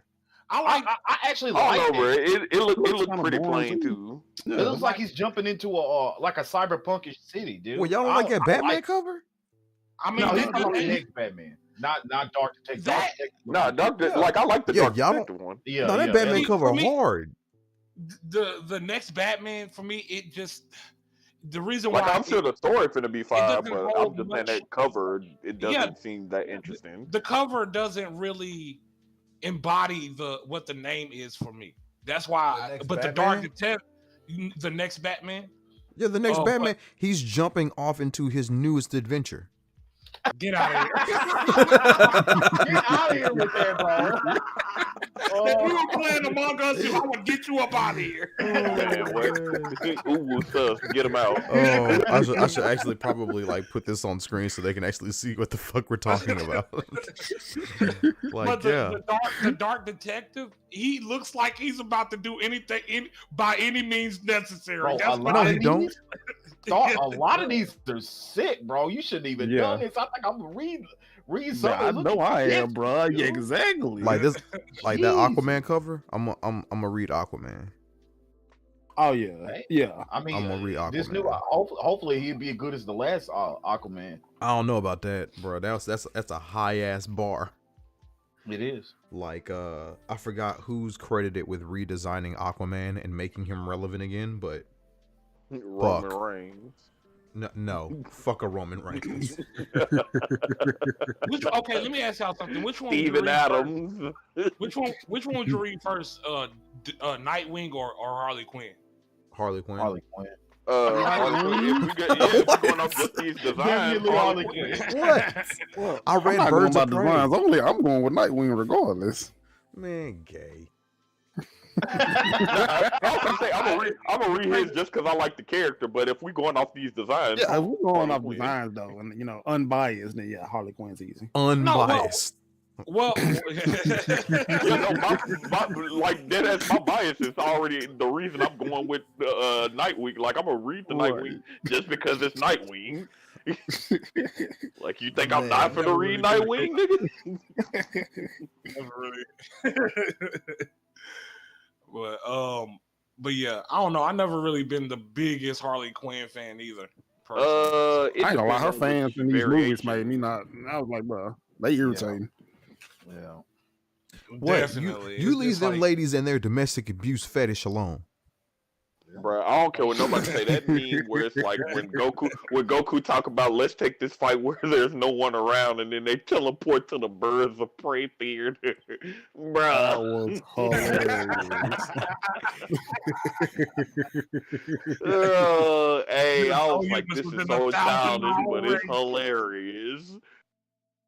They lost so much money in that movie, and it was because they was trying to be unnecessary. Like, see, I ain't gonna lie, the worst thing the movies do is when they bash men for no reason. It's like people came to see you because you're women. Why are you bashing men? Now you just finna turn off what little fan base you could have had, because the Yeah. people you trying to cater towards ain't even finna come watch it. I've seen discussions about that kind of stuff a lot, And it's pretty much like your project should not have to do anything with anything about like any kind of representation. It should just be a good project. And if it has that stuff, cool. But that should not be a necessity. They said that now you are not even qualified for some like awards if you don't have like black representation in the movie. You actually have to, there is a minimum quota of representation you have to have to even be considered for like I think it's an Oscar now. That's stupid. It is stupid. It is absolutely stupid. That is stupid. Oh my god. I think the biggest example that I thought was hilarious was what is that damn movie? Charlie's Angels. Like they wanted to bash man so hard that it literally just bombed that movie. Like nobody even bothered to even think about going to see it. Well, there was a couple of movies like that. It's crazy. It's crazy because it's like, man, y'all make such a big deal about race things, and y'all say y'all want it to go away. Like, I mean, like, don't get me wrong. Of course, there's things about race in the world, but I mean, you make every little thing about race. It's just like, come on, bro. It's like we talking about movies. I haven't seen any. I haven't heard or seen about movies. You know, I don't know what goes on first of all in Hollywood and you know all of that. But I mean, I've been seeing black people in movies all the time. Like it's not a. You know, I don't think that's a thing nowadays where they don't let black people in movies. Well, their argument was that black people always play the same roles. But then the roles they usually go for, and it's like if you don't want that role, don't accept it. You should have enough self-respect to be like, nah, I'm good. Right. Look at what's that dude? He literally this man literally took out with his own credit cards and funded all his own movies. And made all them damn movies. Tyler Perry? No, this was like, bro, this was like back in the 80s and early 90s, bro. Hold on. No, man. I know you're talking about John Singleton. Bro, I cannot watch any of them movies. You need to watch what? Them Tyler Perry, like I felt myself just getting upset. All of them. Medea's Family Barbecue. You know, like again, I go off like a lot of emotion, and if I'm watching something, I just go by how I feel. And music. And when I watch those movies, I feel angry, and I'm like, I don't want to keep watching this. I just cut it off. Bro, it's tailored toward low value black people. Pretty much. That's just what it's tailored Pretty to. much. Jesus, dude. Like they just in the weird struggle, but it just how do you not like Medea? Like, dude, I bet you can't even spell Medea, man. Quit that. Get past the 5th grade, dog. Also, fellas, I'm probably gonna have to wrap this up at like 1 because I'll open tomorrow. All right. Yeah. I closed tonight. Robert Townsend. That's who it was. Robert Townsend. Robert Townsend. Hell yeah. Meteor Man. Robert Townsend. This man literally funded like all his own shit. He was tired of getting typecast. This man literally just started making movies himself and started making ridiculous money. Meteor Man, bro. That's like the one movie that like really sticks out of my head. And Robert Townsend did hella movies too. Then he had the Parenthood. Like he had like Don Cheadle and James Earl Jones in that movie. Then what was it? We actually got Red Sun today. Yep. We did. Bruh, y'all make it seem like it's a huge achievement, man. It is. Yeah, man. So next week we can start on something different. It's time. Yeah. It's time. Yep. Oh, and also I know you want to talk about Injustice, so it's up to you. Oh, hey, yeah, Injustice. Ooh, yeah. I mean, I've already been reading Injustice. Yeah. I know, this is gonna be my third it's time. So great. It's so great. It's so great. We got to talk about it again. Yeah. Well, I mean, it seems like a lot of like all of us eventually are gonna have that thing that we're really passionate. Wait, about. Okay, so has everybody read Injustice? No, I haven't. No, the whole thing is like we put it in the topics and we're gonna read like the chapters so we can talk to it on next stream. Okay. Yeah, but what? So wait, then we starting from the beginning of Injustice. Holy shit, that's like a year worth of content right there. Easy. Okay. Bro, hey, man. Okay. Let's read year one. The entirety of year one. I mean, well, I'm pretty sure it's like at least 4 of us who don't even have to read it, but I do. Definitely. I do. But I'm gonna re-download that game too now because we kept talking about it. Bruh. I mean, like I said, major plot The points are storyline's good. still going to be There's the same, but the story is different. Like in the comic, you should really read the comic. There's a I reason think I we chose the word regime when I was describing Superman's grid.